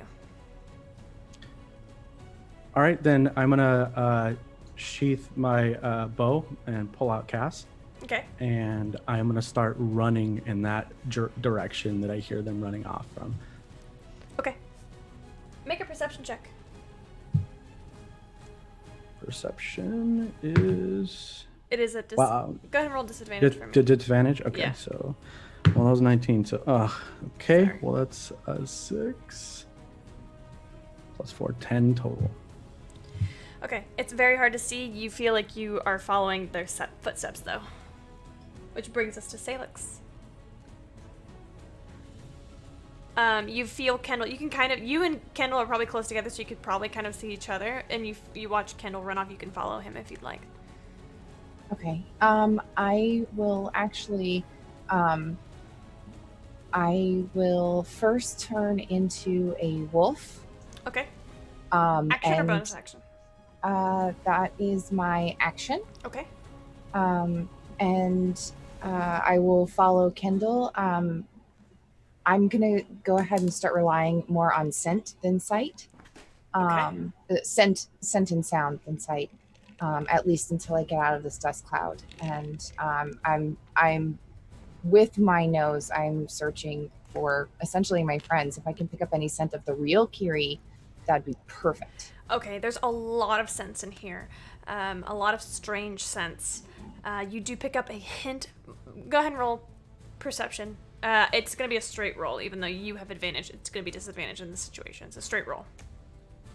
Oh, I'm gonna use my advantage.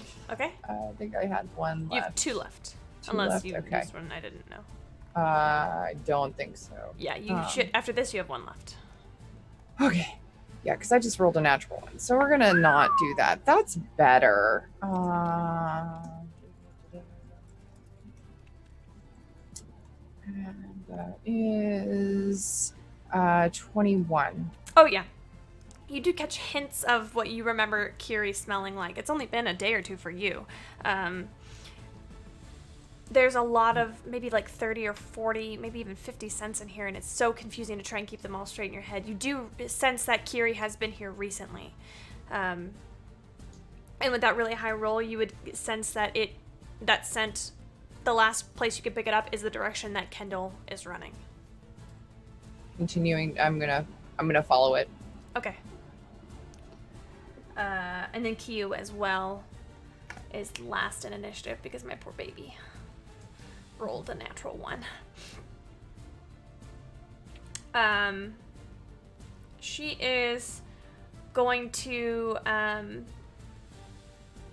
do the same thing as you are, and she is in her vulpine form and takes off after you.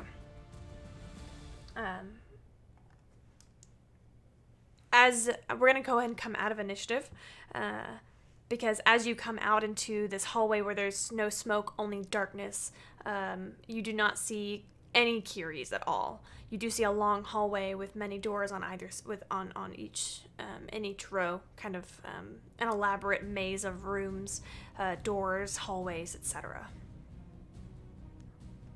Keeping up with the sense that I was following. I'm gonna keep running that way. Okay. Try to follow Kiri's scent. Okay. That's actually where I want to go. Is I'm going to try to find Kiri, the real Kiri, not any fake Kiris. That bloodhound. So since Devereaux's turn was first, Devereaux, you would have entered this area first and not seen any Kiri. You would have seen Vesper with kind of both hands on there. On his warhammer. No, he's got a moonblade now. On his moonblade. And the hallway is empty. A few seconds, if you stop a few seconds behind you, you'll see Salix and Kendall. Salix in her wolf form. Don't hurt Kiri. What are you doing? Ken. Only response is snuffles. You watch as, if you don't mind me narrating this, you watch as Salix nose to the ground is going side to side. Make a survival check for me. Because this is now tracking. I'm going to use a crit. Okay. Because I just did. We're not going to. You hear a few more crashes from upstairs, some shouting. And then you hear someone shout in Sylvan that Ambrose is awake.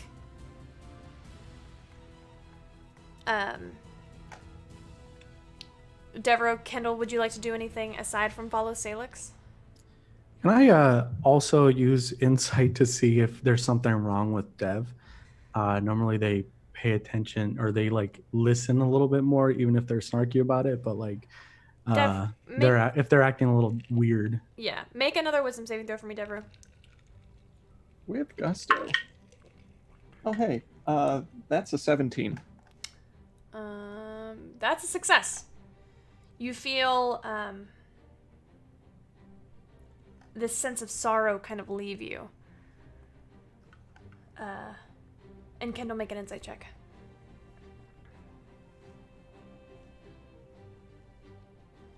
Well, that's just a 3, so. They seem really concerned for their friend. Then I'm gonna try to catch up to them as fast as I can and like put my hand on their shoulder and go, Dev, stop! None of those are the real Kiri. With you kind of like shaking me a little bit, I blink absentmindedly a couple of times. Are you okay? Oh gods, is this a Feywild trick? What do you mean that's not Kiri? Why, They all I looked mean, like them. Yeah, but there's only one Kiri, and none of those are the actual one. Not even. But they know a lot about them. Oh. I almost blasted you. Kendall. Kendall, I'm so sorry. Don't worry about it. We have to find the real Kiri right now. Come on. Come on, look at me. You got this. And I put both of my hands on their shoulders and I go and firmly just say, we can do this together. Just stay focused. Okay. Okay. I'm right behind you. Come on. And I grip my sword tight and follow after Kendall. Salix, did you get a scent on the real Kiri? Salix, you have gotten a scent and you are able to follow it with that natural. You auto-credit that, didn't you? Yeah. And in response, I lift my head. I snuffle out once, and I continue following. Dev, that potion we got yesterday? Why don't you hang back and hold on to that? I don't think I want to. What if I make the wrong call again? Just let me come with you. Let me come with you. No, come with us. Just try to stay out of sight. Okay. I trust you. Salix trusts you. We can do this together. All right. I'll do my best. Lead the way, Salix. You follow Salix in her wolf form up a set of grand staircase up to a second floor. You on the second floor you see a few tapestries have been pulled down, display cases have been broken into, and Salix in this wolf form tears across this long, wide open corridor, and there's a set of double doors that are closed, and there's a chain around it. A cold iron chain. I go straight up to it and I start kind of biting at the chain, not really like thinking that I could get through it or anything like that, but just kind of indicating that get this chain off. Yeah, I immediately start trying to help her.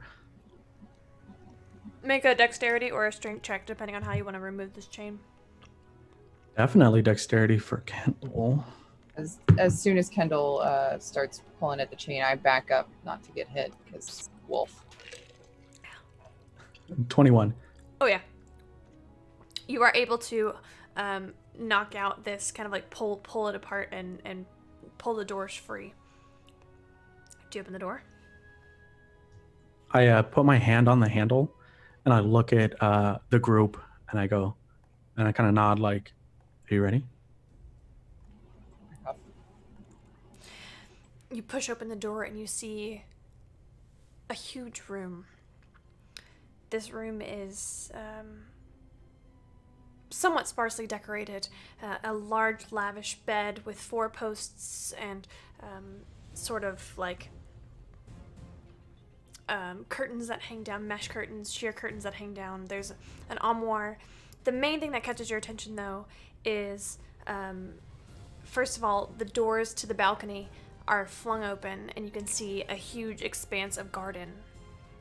The second thing that catches your attention are 2 figures that are on a sofa. One of them sits upright. She is a beautiful fey figure with long pink hair, golden horns, large gold ears that come back, kind of a pink nose. And she sits there with a figure whose head is in her lap. And this figure whose head is in her lap, kind of resting gently, you see her hand stuck, frozen in time across their face, is Kiri. A frozen Kiri. I immediately go up and touch Kiri's arm with my snout. Okay. I need you to make a Constitution saving throw.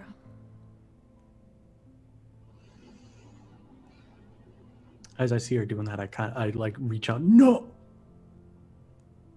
But she's too quick. I'm gonna use my crit. Okay. I rolled it to see what would happen, but I'm gonna use my crit. So that's 22. You feel as soon as you touch Kiri, they begin to sort of come to consciousness, become unsuspended, and you feel that suspension try to travel up your arm to take over your body, but you are able to shove it off and shake it off. My tattoos glow slightly brighter. Oh yeah, just for flavor. Definitely. And I Kiri. like Can't was see running them, over though, here with because my I'm hand off. outstretched, Yeah. and then I see she's fine, and I like stop, like, and I'm just breathing a little heavy. Kiri, you, one moment you are sort of relaxing with Pax on a secretive sort of clandestine meeting, and the next you look up and you see the windows of your room have darkened with this ashy smoke, and Salix, Kendall, and Devereaux are looking up at you. Salix in wolf form is actually right at eye level. Yeah, first thing I probably do is probably like jump back, like real startled, like what the fuck? Yeah.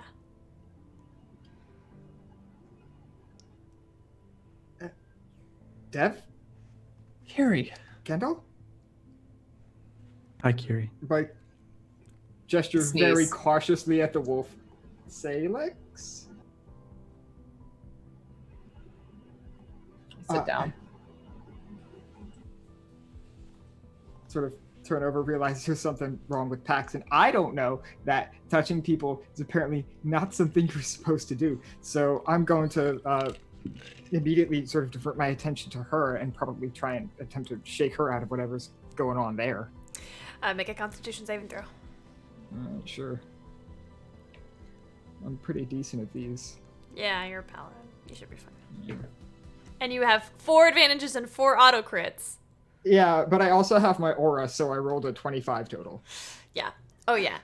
You feel that hold try to take that suspension try to take a hold of you, but it is released, and Pax comes to.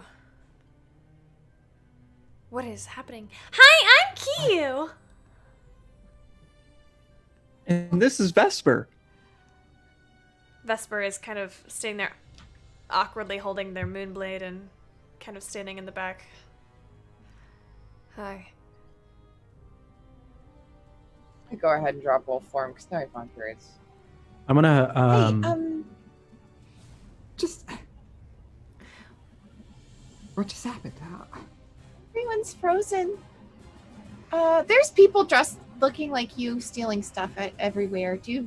We should probably do something about that. The people who what? Who look like you, exactly like you. Just They're- like you. Yeah, they're all they disguised talk like you as too. And they feel sad like you do. They're in their winter Eladrin forms. And they just look like, Okay, I don't know, great. it's probably a disguise spell. Hi, I'm Kiyu, by the way. Nice to meet you, Kiyu. Kiri. God bless it, I can't speak. Can I like Well, collapse over Kiri and give you a hug? I will accept that and also give Dev a hug. Well, I was going to say that you're in my house and that there would be a few people who look like me, but okay, well, this is okay. I have a question. Is there anybody in particular we should try to wake up first that can stop this? Kiri, at this Couldn't point, you even- do start to hear the crashes all around. Sure. I'm gonna mutter something to the equivalent of that. I could not even begin to guess. I don't have time to throw on armor or anything. I'm just going to. Shit. Would I be allowed to keep a weapon in here? Oh, actually, I pull out. What equipment do I have? What do you usually use? You use a spear, right? They use a warhammer. They usually Is use a anything? hammer. Oh, a hammer. Shoot. I can use anything. I've got all those Uh, proficiencies. I have well- short swords. Here, I've got a spear and a staff. Here, I'll- and I don't need this anymore, and I give you my old longbow. I think I could use the spear. I hope you don't mind if we take a quick detour if we get downstairs. That's fine. Oh, boy. We should probably hurry though. Yeah, we should. Here, my brother's room is just down the hall. Let's go. I want to be over at the door, kind of like watching outside, and I'm also gonna pick up that chain that was like using to Yeah. like lock the door, and I put that away. Okay. Who's your friend? Oh, Hi. my manners. Everybody, this is Pax. Pax, this is Deborah Thistlebrook, and this is Kendall and Salix Evertree. They're my friends from... Pax is fixated on Salix. She has not stopped staring. You're one of them. I don't know what that means, but we're kind of busy. You need to be careful here. You need to be very careful here. What do you mean? Pax grabs your shoulders, Kiri, if you'll let her. Yes. I can't be seen here. I have to go. Okay. You can I handle understand. yourself. Don't let them touch her. Do you understand me? I'll do my best not to. She is more important than all of us here. I understand. Would I have heard that? Mhm. Okay. She will reach for this instrument that you've watched her carry and play and sing along to, and she will hand it to you. I'll take it For now. for now. And you watch her turn around and she leaps from the second story balcony. You don't hear any crash, anything hit the ground, nothing. She's just gone. She'll be fine. Let's go. What did she mean? I have not the slightest idea. Who was I that? trust her, though. Okay. I should have stayed a wolf. Maybe do that now. Kiri? Yeah? You hear Yeah. from the hallway. I Go out actually. there. Kiri, as you all head out into this hallway, you see this form. It looks mostly. The first thing that you notice is the pale blue skin.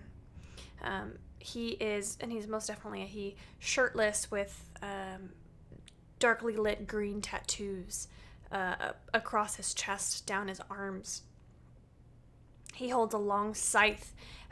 One of his arms, you see, is actually made of like what looks like bark, like tree skin. So are both of his legs are a mix between antler and tree. You see massive spikes of bark and leaves sprout from his back. This is an archfey. Sure. Do I recognize which one?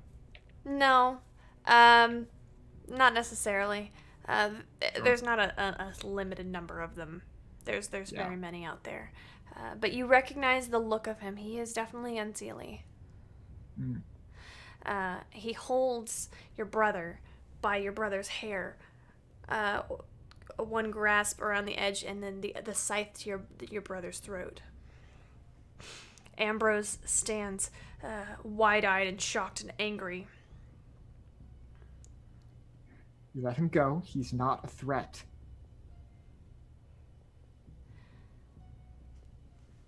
This archfey kind of looks around. I've turned back into a wolf before going out of the room. There you go. I've never met anybody who has cared as little in his entire life. You can let him go. I don't think so. You're Kiri. It is an honor to meet you. but you're right. I'll take you instead.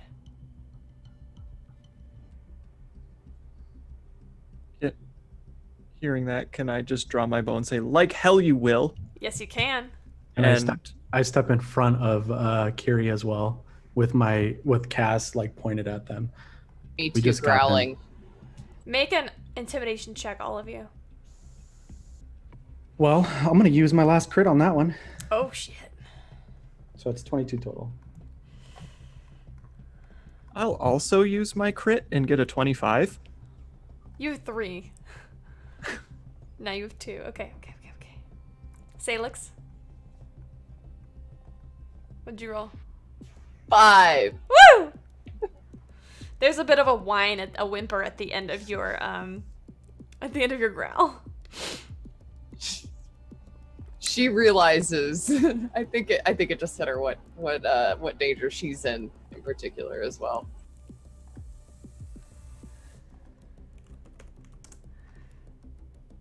Oh, hold on one second.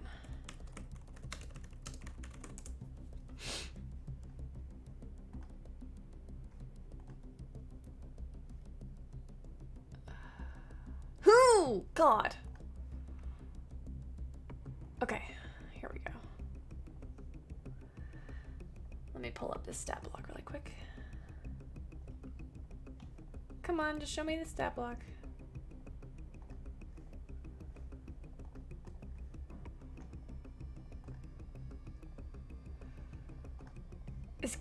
Kiri, what are you doing during this? I'm trying to do whatever I can to make sure this guy doesn't fucking shank my brother. Okay. So I was not participating in the intimidation. I was more trying to just Got it. keep this guy talking as long as possible. Okay. This is perfect. Devereaux, why don't you go ahead and make an attack roll? I would love to, and I will make it an ensnaring strike. Okay. And I will use my auto crit Okay. so that I hit with a 29. I mean, an auto crit always hits, so yes. Does it? An auto crit, by definition, always hits. Oh, great. Well, terrific. And that's a short bow, so I don't know. Roll that beautiful crit damage. Roll that's well. Let's see. First, we'll get the poison damage. That is 14 poison damage, Okay.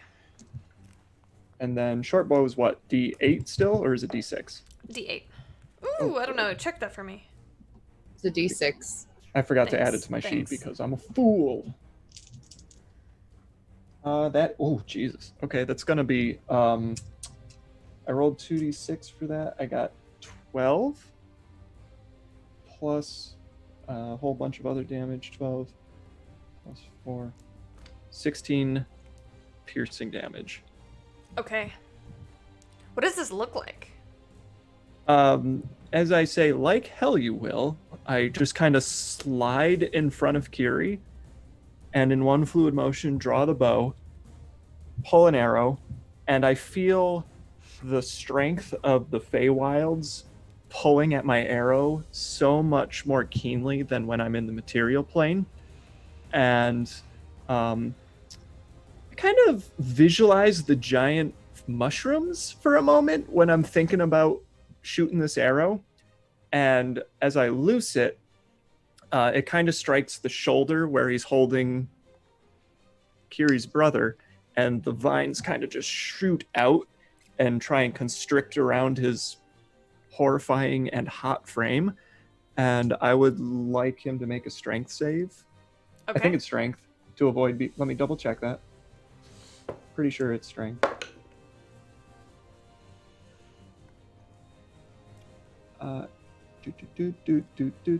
It's gonna be a 19 if it's strength and a 20 if it's dex. I'm pretty sure it's strength. A 19 with strength? Yeah. Yeah, he passes it because it's DC 14 anyways, so he passes it either way. Okay. So he's not restrained, but a bunch of damage. Okay. And you know what? because I can, I'm gonna do. Seeing it doesn't work the first time, I'm gonna use my. Can I use my action surge to shoot again? Or no, I don't even need to. I shoot twice. You shoot twice, for but attack. because so earlier I only let Kendall get one round off in the in the sneak attack kind of way. Good. Let's go ahead Cool. and roll initiative. Gotcha. Oof. I actually crit that initiative for 23. I feel like I want to use an advantage. I'm gonna use an advantage on that. Okay. That's better. God, that's. No, that's the same exact number. You have. Man, fuck it. I've got crits. I'm gonna use a crit. Okay. I used an advantage Gotcha. as well. Thank you. Thank you. Okay. Q got a 12, 13, 14, 15, 16. And Vesper got a 17. I only have 100 characters. It's fine. Mm. Aw, sad little. 18, 19. Okay, did anybody get above a 20? 23. 20. Kiri? 19 Okay. for that negative dex mod. Kendall with a 23. Kiri with a 20. No, Dev with a 20. Hmm. Kiri with a 19. Oh, Kiri and Vesper have the same initiative. Aww. Sweet. Oh. Sorry. 24. Heck yeah, crit for Salix. Crit. Thanks, Graham. Oh, Graham Thank gave you, you a crit. I Graham. need it. My rolls are now shit. Oh, we Used all blasted your through all our 18s earlier. advantages.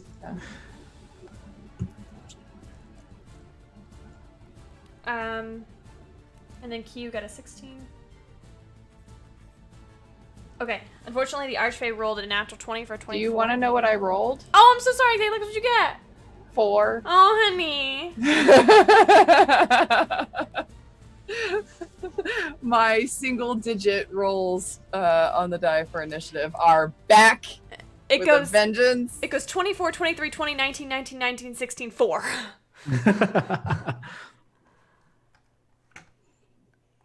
Back, bitches. All right.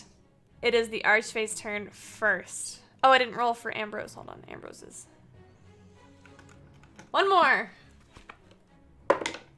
Oh, honey. Ambrose is going to go before you. Okay. Archfey's going to go first. He is going to shove Ambrose to the side and draw his longbow. Looks like it is made of ice. It is not longbow. I'm sorry. It's a long sword. Longsword, maybe? Yeah. In his arms, it looks like a longsword. It looks like it is entirely made of ice, and he is going to come for whoever's standing directly in front of Kiri, which is Kendall. And he's going to make 2 before you can even react. He misty steps directly in front of you, and he's going to make 2 attacks. It is a longsword. Oh, those are not great. I take it a 10 does not hit you, Nope. and a 21 does that hit you? It does hit me. Okay, you are going to take 12 points of cold damage. I'll take the 12 points of damage, but I'm going to use a reaction spell.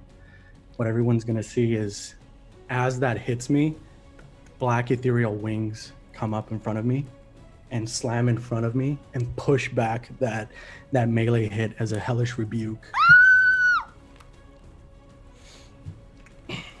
Dex save. The dex save of 13, so we'll see. Unfortunately, it's a failure, but he still takes half damage.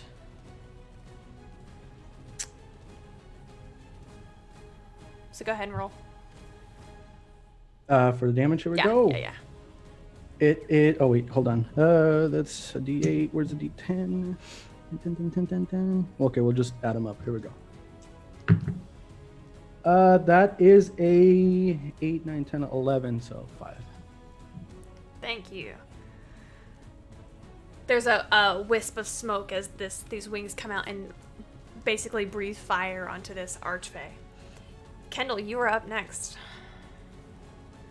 I'm going to with one hand, I'm just gonna wave it like this in front of me, and a black and green smoke line appears in front of me, and it shoots in front of them, and I cast Hex on them. Mm-hmm. That's a bonus action. And then I think it's gotta be a range, so I might not do that.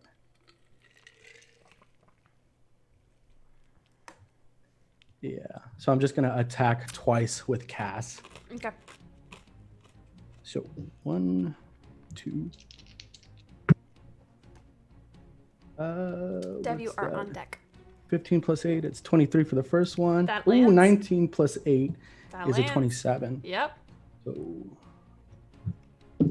1, 2, 3, 2d10s.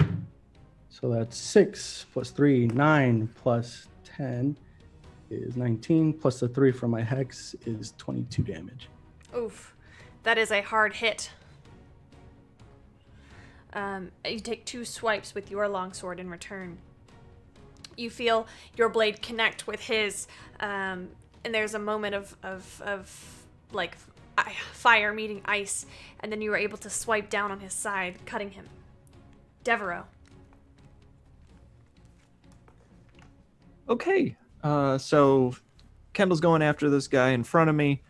I'm standing there, got my bow drawn. How far away is he at this point? 10, 15 feet? Just 10, 15 feet. Okay, Yeah. that sounds fine. Actually, sorry, before you go, Mm-hmm. he's going to use a legendary action. Uh-oh. Kiri, I need you to make a wisdom saving throw.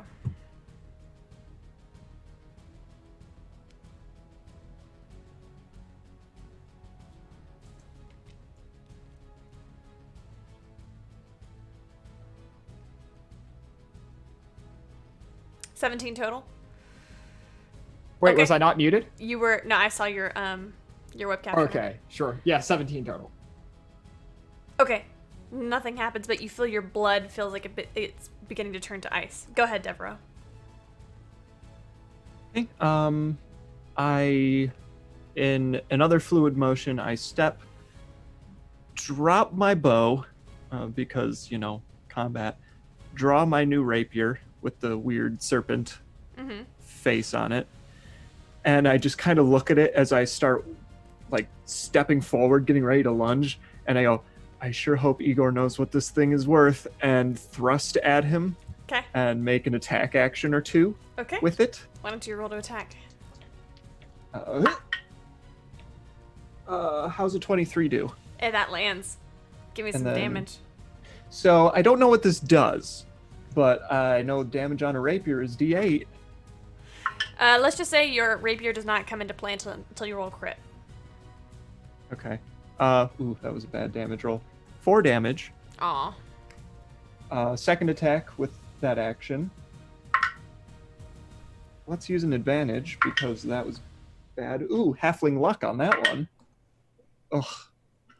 Let's use another advantage on that one. Okay. I think I'm out of them. Nope, You've I got one more after this. Ooh, halfling luck on this one. Oh my god, Ren! No, I already used it. Fuck it. We'll use a crit. I'm just gonna crit. Fuck it. Just use everything. Okay, that's better. That's gonna be a 12 damage. Is that Or critted? 4 Is that- plus 4, 16 damage. Okay. And then I will action surge to attack again because fuck Okay. this guy. Okay. And just go completely crazy as I'm just thrusting and stabbing and, Yeah. and just flourishing all over both the of your place. attacks at one time. Oh, cool. Those are both over 20. Okay, yeah. That's 8 more damage and 8 more damage. Okay, you have officially become a pain in his side. Literally. After your turn, Salix, you're still there. You watch as this creature pulls from its back an ice lance and chucks it right at you. That's gonna be a 21 to hit. Yep. You're gonna take 14 points of cold damage. Okay. Wolf form disappears. You said 14 points. Oh, did you crit on the rapier? Dev? You critted on the rapier? Oh yeah, I used an auto crit. Okay. Go ahead and roll. The rapier is a d8. Go ahead and roll an additional 2d8 damage. Ooh, neat. Oh, that's a 1. Oh, that's a 5. So 6 more damage. Okay, make a wisdom saving throw. Me? Mm-hmm. Oh, hey, halfling luck. That's an 18. Okay. Nothing happens. I don't like that. Salix, so your form has dropped. Okay. After Devereaux's at the end of your turn. You've used your bonus action. You've used all your stuff. Still movement. Yeah, I just moved up. I attacked. I bonus action to attack. So yeah, I'm good. Thank you. Kiri, it is your go. Kiyu is on deck. Okay. So I pre-rolled my dice for this because I knew what I was going to do. I would like to make 2 attacks using a level 2 Divine Smite on each with 2 auto crits. Okay. If that is permittable, I'll allow it. The dice come out to be 95 damage total.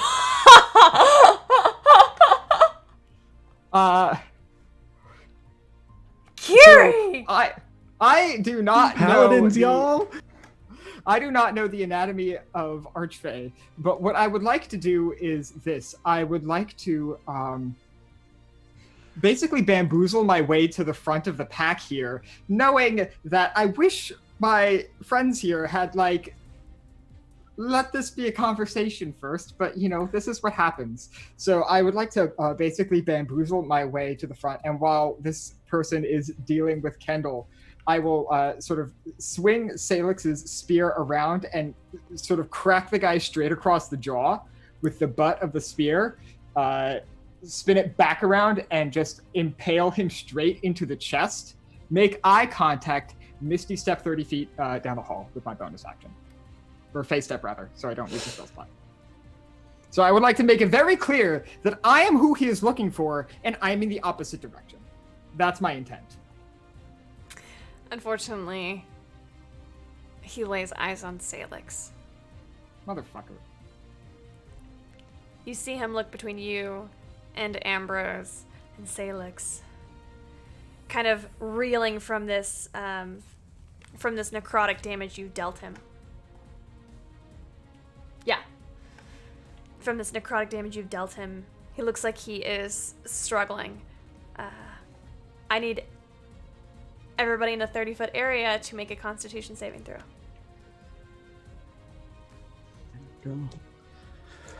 I regret Misty stepping out because I've only got my aura on me now. I'm gonna gamble 18. Okay. I got an 18 total. Salix, what'd you get?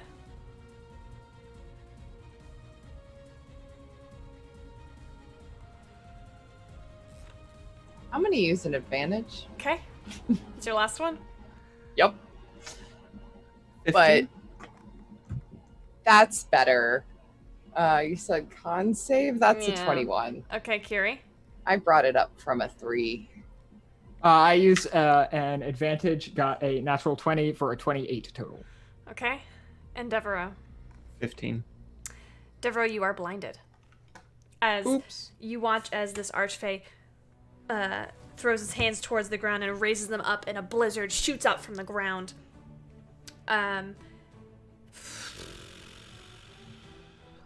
Yes, you all feel this ice cold kind of grip you as the area is once again difficult terrain. Difficult terrain, and any attacks made in this area have disadvantage. And that's the end of his last legendary action, which brings us to Vesper. Vesper needs to make. Vesper and Kiri need to make. Oh no! Vesper is unfortunately blinded. You watch Vesper kind of like fall to his knees, gripping his moonblade. And then Q is going to run around and run in front of you, Salix. And you watch as she is actions.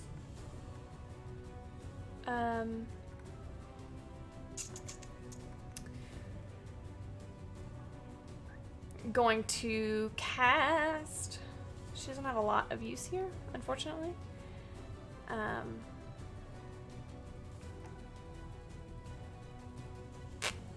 She's just going to take the dodge action.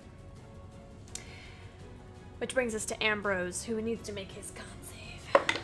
Oh no, honey! Ambrose is also blinded. Salix, it is your turn. Okay. Salix's first instinct is usually to go in and get in people's faces, but she was luckily just warned and knows that she's in a lot of danger. So I'm going to stay behind Q, and I'm going to.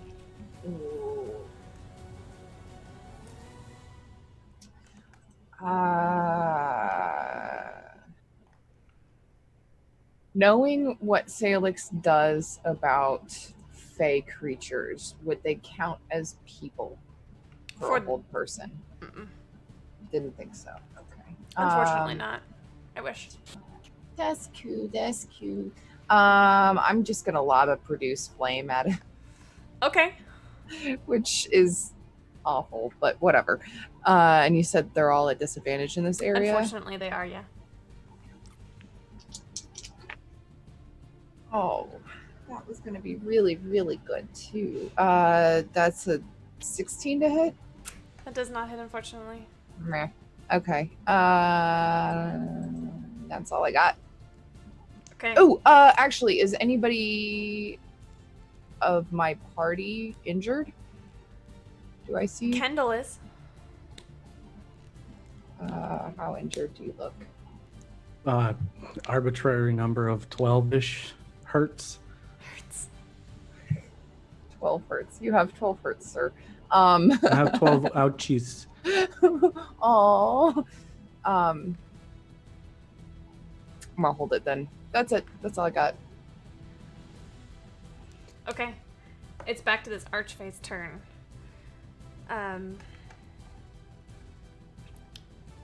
Salix. All of a sudden, he is in front of you. I need you to make a wisdom saving throw. I'm gonna use my crit. Okay. You feel a hold person spell begin to kind of take over you. And when he sees you resist it, he smiles. You're the one, then. You feel an icy touch roll, even though he hasn't moved, you feel an icy touch roll up your neck. And there's a shiver that goes down your back. Your tattoos begin to glow even brighter. You should not have come here. And he turns around and walks away. Not walks away. Basically disappears into the blizzard as if he has become one with the blizzard. You hear a scream from the center of the blizzard. And it fades away.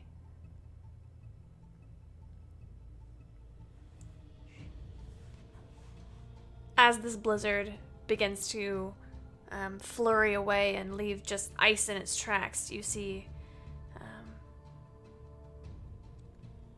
your friends and the body of Ambrose.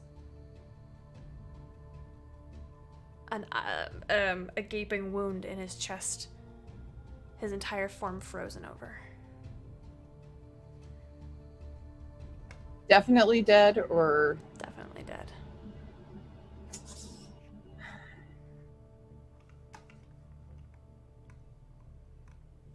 I would like to run over to the body and put my entire lay on hands pool into it. Okay. I, Alex, know that it's not going to work. Kiri probably knows it's not going to work, but is hoping anyway. I come up and hand on their shoulder and say, Kiri, it's not gonna work. I'm sorry. Salix, you don't understand. This has to work.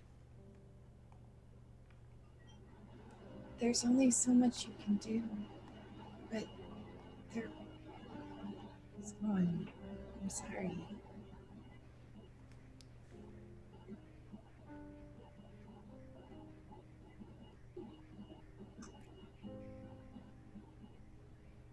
Do you want a hug?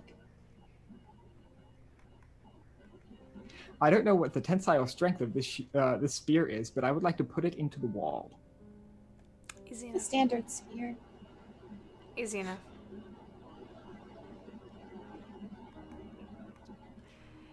Kiri, your parents were out of the castle for the weekend, essentially.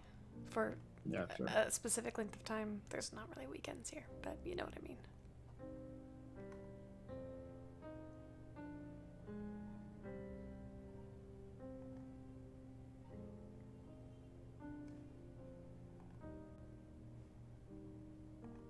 I'd like to turn to Dev and Kendall.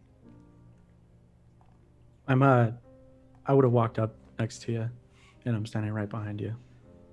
How long does that blinded effect last? 1 round, I think. Not 1 round. It's it's until you save. So after the blizzard is gone, it pretty much is faded. I kind of rub my eyes and turn and look and turn around at the same time Kiri does. Why didn't you just let him take me?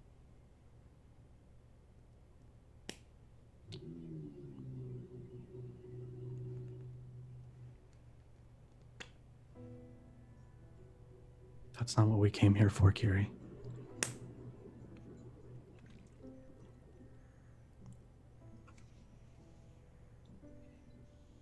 I'm gonna sheath Cass, and delicately I'm going to kneel next to Ambrose, and I'm just gonna. This is new for me, but I'm just gonna lay like a hand on their chest, and out loud I'm gonna whisper, I don't know if I can do anything about this, or if this even matters, but take care of them, my queen.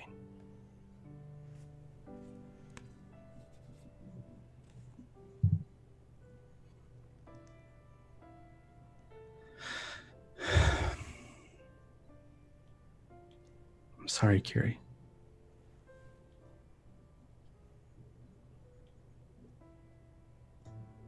And I'll grab both of Ambrose's hands and I'll just lay them across their chest, crossed a little bit.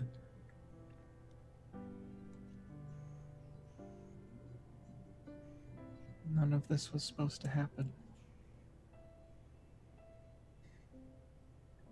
Sorry.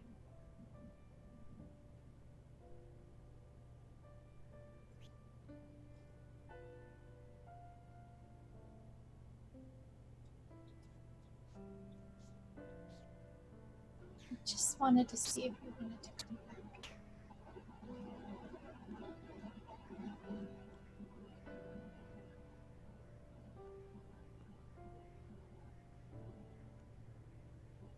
I don't necessarily turn to Kiri because I'm still kind of just staring at Ambrose's body, and I'll kind of just cock my head back a little bit, like towards Kiri, and I'll remind them, this wasn't your fault, Kiri.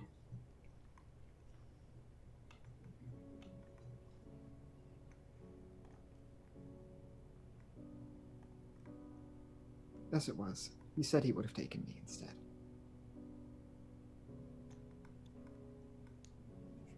But you would have been frozen if we hadn't stumbled in here.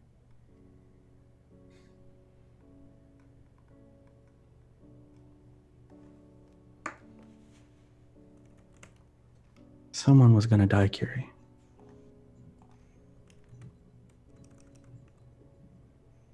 And I wasn't gonna lose you again.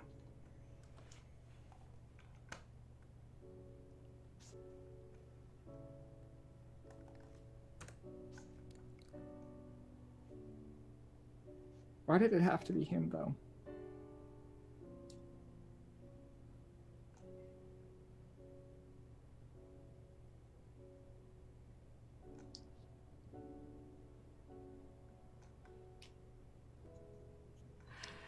Kiri,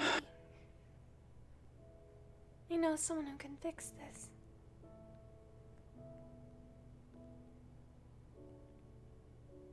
You do? Yeah. Agatha. Kiri, you know the name Agatha. She's She a hag? hag. Yes! She's still alive? Do you know where she is? Yeah.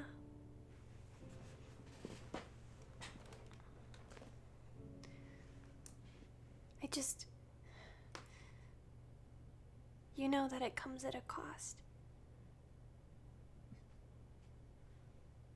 I'll worry about that when I get there.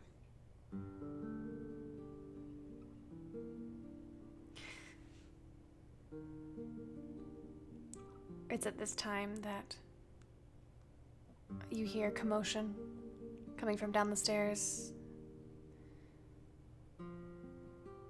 Do we want to be here when the guards come? Judging by people's reactions to me, I don't think I should be here. I can't change into anything else for now, though. I can change you. But not If you for can get long.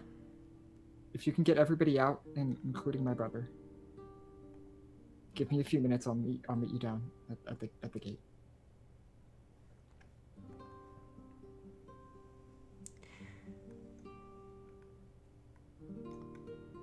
You watch as... Oh, wait, that's only on herself.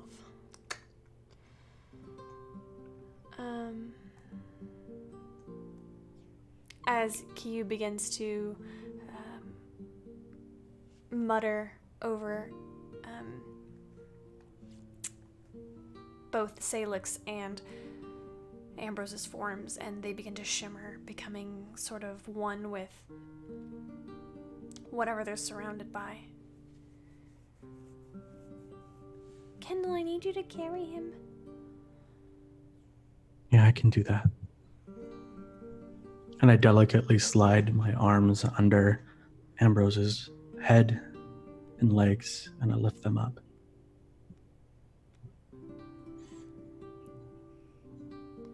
Kiri, how do we get out of here?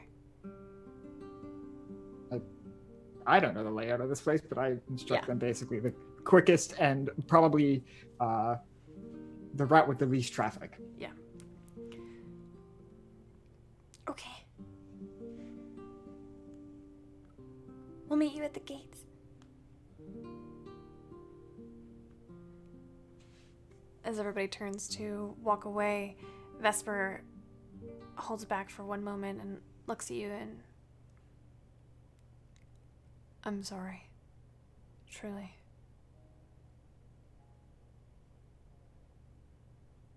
Before I start heading down, I'm just going to walk over and hug him for a decently long time. He seems surprised, but happily, easily, almost hungrily returns the hug and pulls you into his chest.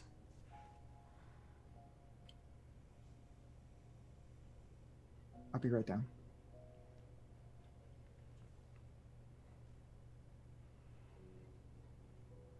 Wait, I have a question.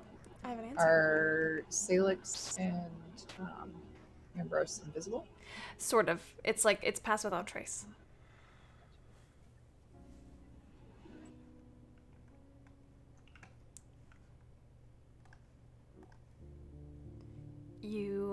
I'm assuming everybody follows Kiyu. Actually, Fuzzy, I'll carry Ambrose. I'm less likely to be noticed anyways. Okay. What did you turn into again? I'm just very hard to see.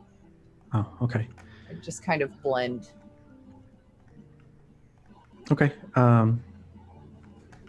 Out of character, how do you want me to put this body on you? Oh, I just take him from you. Like you just feel the weight from your arms being lifted. I also reach into my pouch and I pull out that cold iron chain.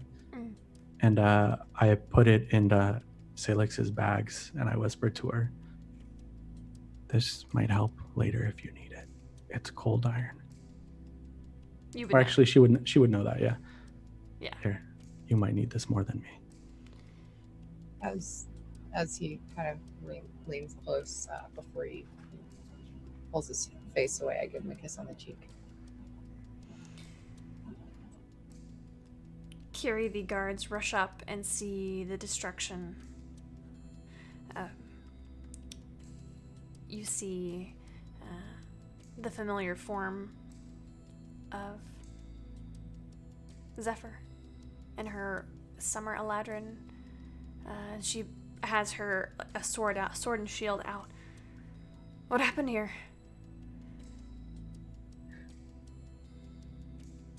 I meant to ask you the same question. I have no idea. Everything stopped. I have no idea for even how long. I wake up and I see people I haven't seen in months, and suddenly there's somebody here trying to kill my brother. Did you see what they look like? I'll briefly describe and let her know that I'm reasonably confident this person is an Archfey.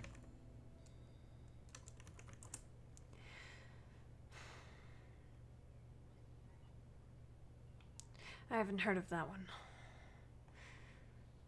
Yeah, it didn't look familiar to me either. There were also at least 5 others. You're not there, Kindle. Oh, never mind.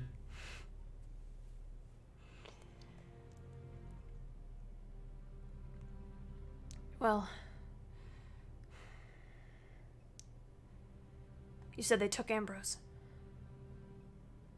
They killed him. Where is he? That's unimportant right now. Yes, it is.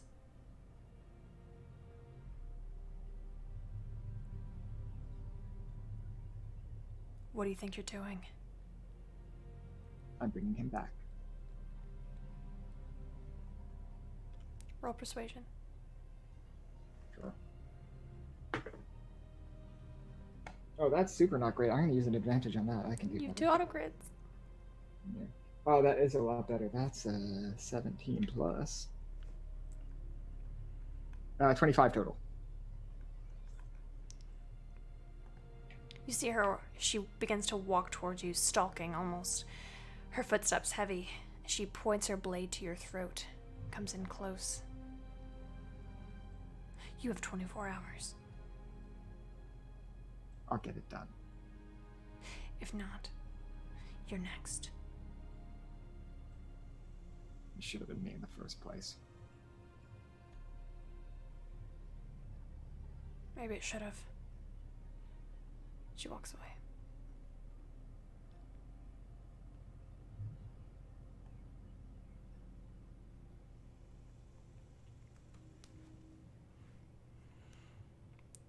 Salix, Kendall, Devereux, it takes you a little bit of time and some very stealthy, sleuthy movement to get to the gates once more.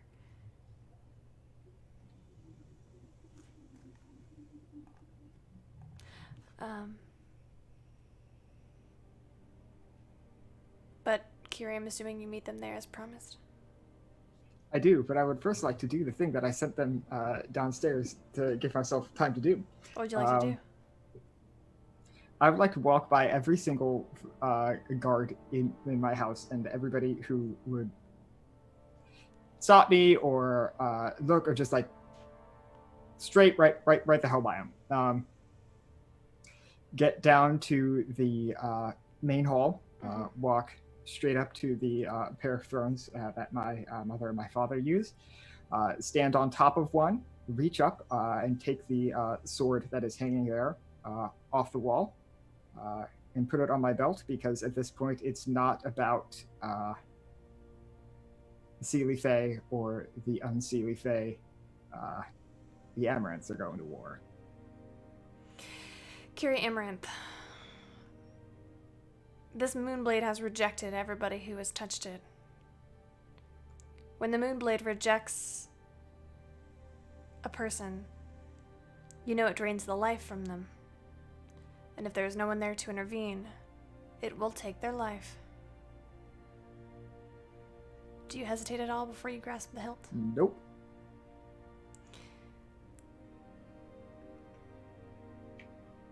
Your fingers wrap around the hilt of the blade. This beautiful elven moonblade. One of the last of its kind. And nothing happens. You sheath it. It does not react to you.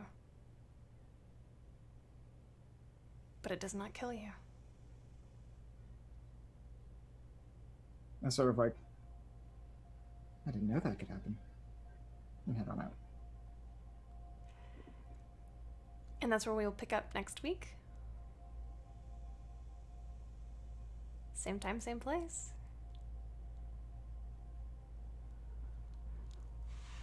How y'all doing? Missed y'all so much. All right. That's kind of fun, yeah? It's okay, I guess. Not bad. Not a bad Sunday afternoon, I guess. It's okay. I wasn't really invested at all, but it was all right. Let's go ahead and sign off. Who wants to start? If we don't sign off, then we don't have to stop playing, right? That's not how that works. I'm pretty sure that's how it works. Shit. Not how that works. Sounds right. I mean, you're outvoted. I do have 2 hungry people downstairs, though, so. Shit. Also, we got Juan right here, too, so I guess we could go. I'll go first, Camille. How about that? Let's do it. Hey, everyone. I'm Juan Carlos, and you can find me on Instagram and Twitter at Sombrero. And I had a lot of fun playing Kendall today. The Raven Queen's little bitch. But anyways, I also do I can't think of things that I do. Right. On Thursdays I play on Unmade Gaming. We're playing an Expanse game. We played our first game last week and it was really fun and really intense, kind of just like this, except it's in space, so that was fun. And I also help produce a podcast called The Roleplay Cafe with Dax and Stacy. Last episode was with Tony, and we quizzed him on a really nice movie called Camille. So if you want to know what that's all about, go check it out. I think that's all I got for right now. So, oh no, wait, I'm gonna be running a mini campaign starting August 4th. It's a Tuesday, playing Modern Gods in My Homebrew World. We got a lot of people like Gnome in chat there, and we have Luma and Megan from the Discord, Moderately Okay Cosplay, and Josh Simons. So it's gonna be fun, I hope, and we'll see you there. Bye. All right, I'll go next. Disaster Twins activate. Hi, I'm Eris Savad. I make stuff. I talk a lot of shit everywhere. You can find me on Monday, Wednesday, and Friday on Nomadics channel for Gnome Brew at about 9 a.m. Eastern time. We wake up together and have coffee and bullshit and talk to everybody who is also doing probably the same or similar things. Yeah, it's a lot of fun. And yeah, tomorrow you can also find me on my channel at 8 p.m. Eastern time for Clockwork Vines, which is a Call of Cthulhu game, which Honey and Dice is running, and she's taken all of the rules that she likes and left out all the ones she doesn't. So we're having a lot of fun. And then that's it. Yeah. Excellent. Thank you. Thank you, Eris. I almost said Salix. Hi, I'm Basically Ren. the same person. Basically. Not really. I mean, whatever. Hi, I'm Ren. I am on the internet and Twitter and stuff as Thorny Dryad. It's like a prickly bush.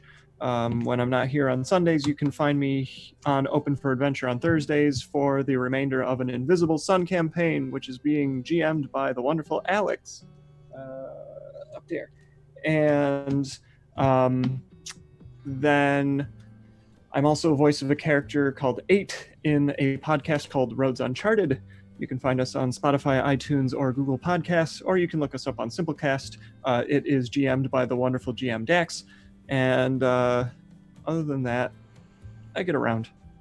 You can find me places, doing stuff, and had fun today. Are we doing favorite part, or are we skipping that? We doing favorite part, but Kendall and Salix both forgot. That's fine. What's We're really yours? good at that. What's yours, Devereaux?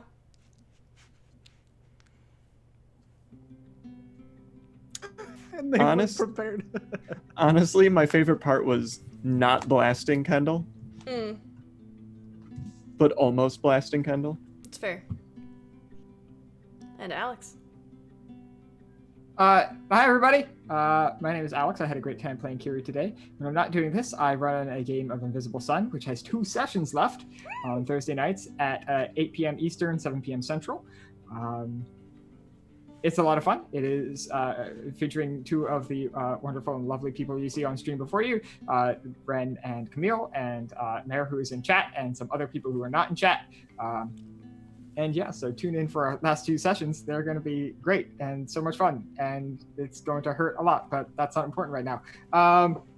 And that's all I have going on right now for sure.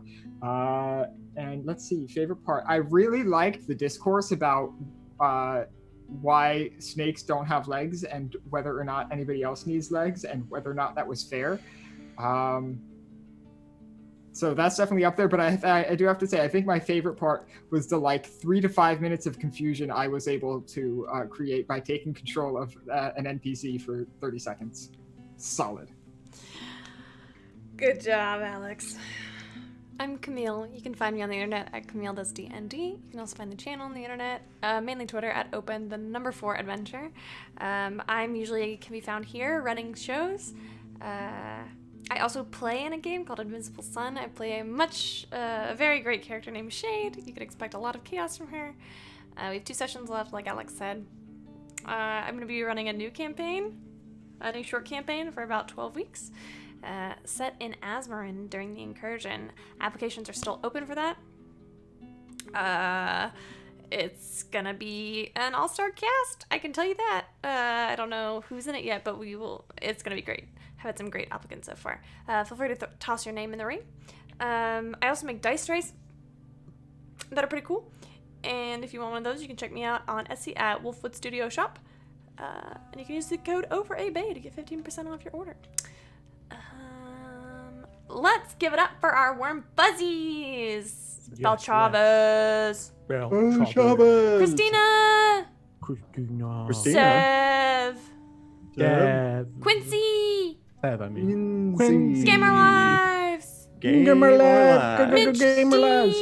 Mitch D. Orion. Orion. And Andrew, Fellowship of the Table Bay of Gifts. And Andrew Fellowship of the Table Bay of Gifts. Woo, woo, woo, woo. Whoop, whoop. Thank y'all for helping to support us and to do the things that we love. Keep an eye out on our Patreon for more content coming up soon. It's been a kind of chaotic month or so, but we've got some cool stuff coming up. So keep an eye on it. Till then, we will see you same place, same time next week here on Open for Adventure. Don't forget, always, always, always, always, always love one another, and we will see y'all next time. Bye. Bye.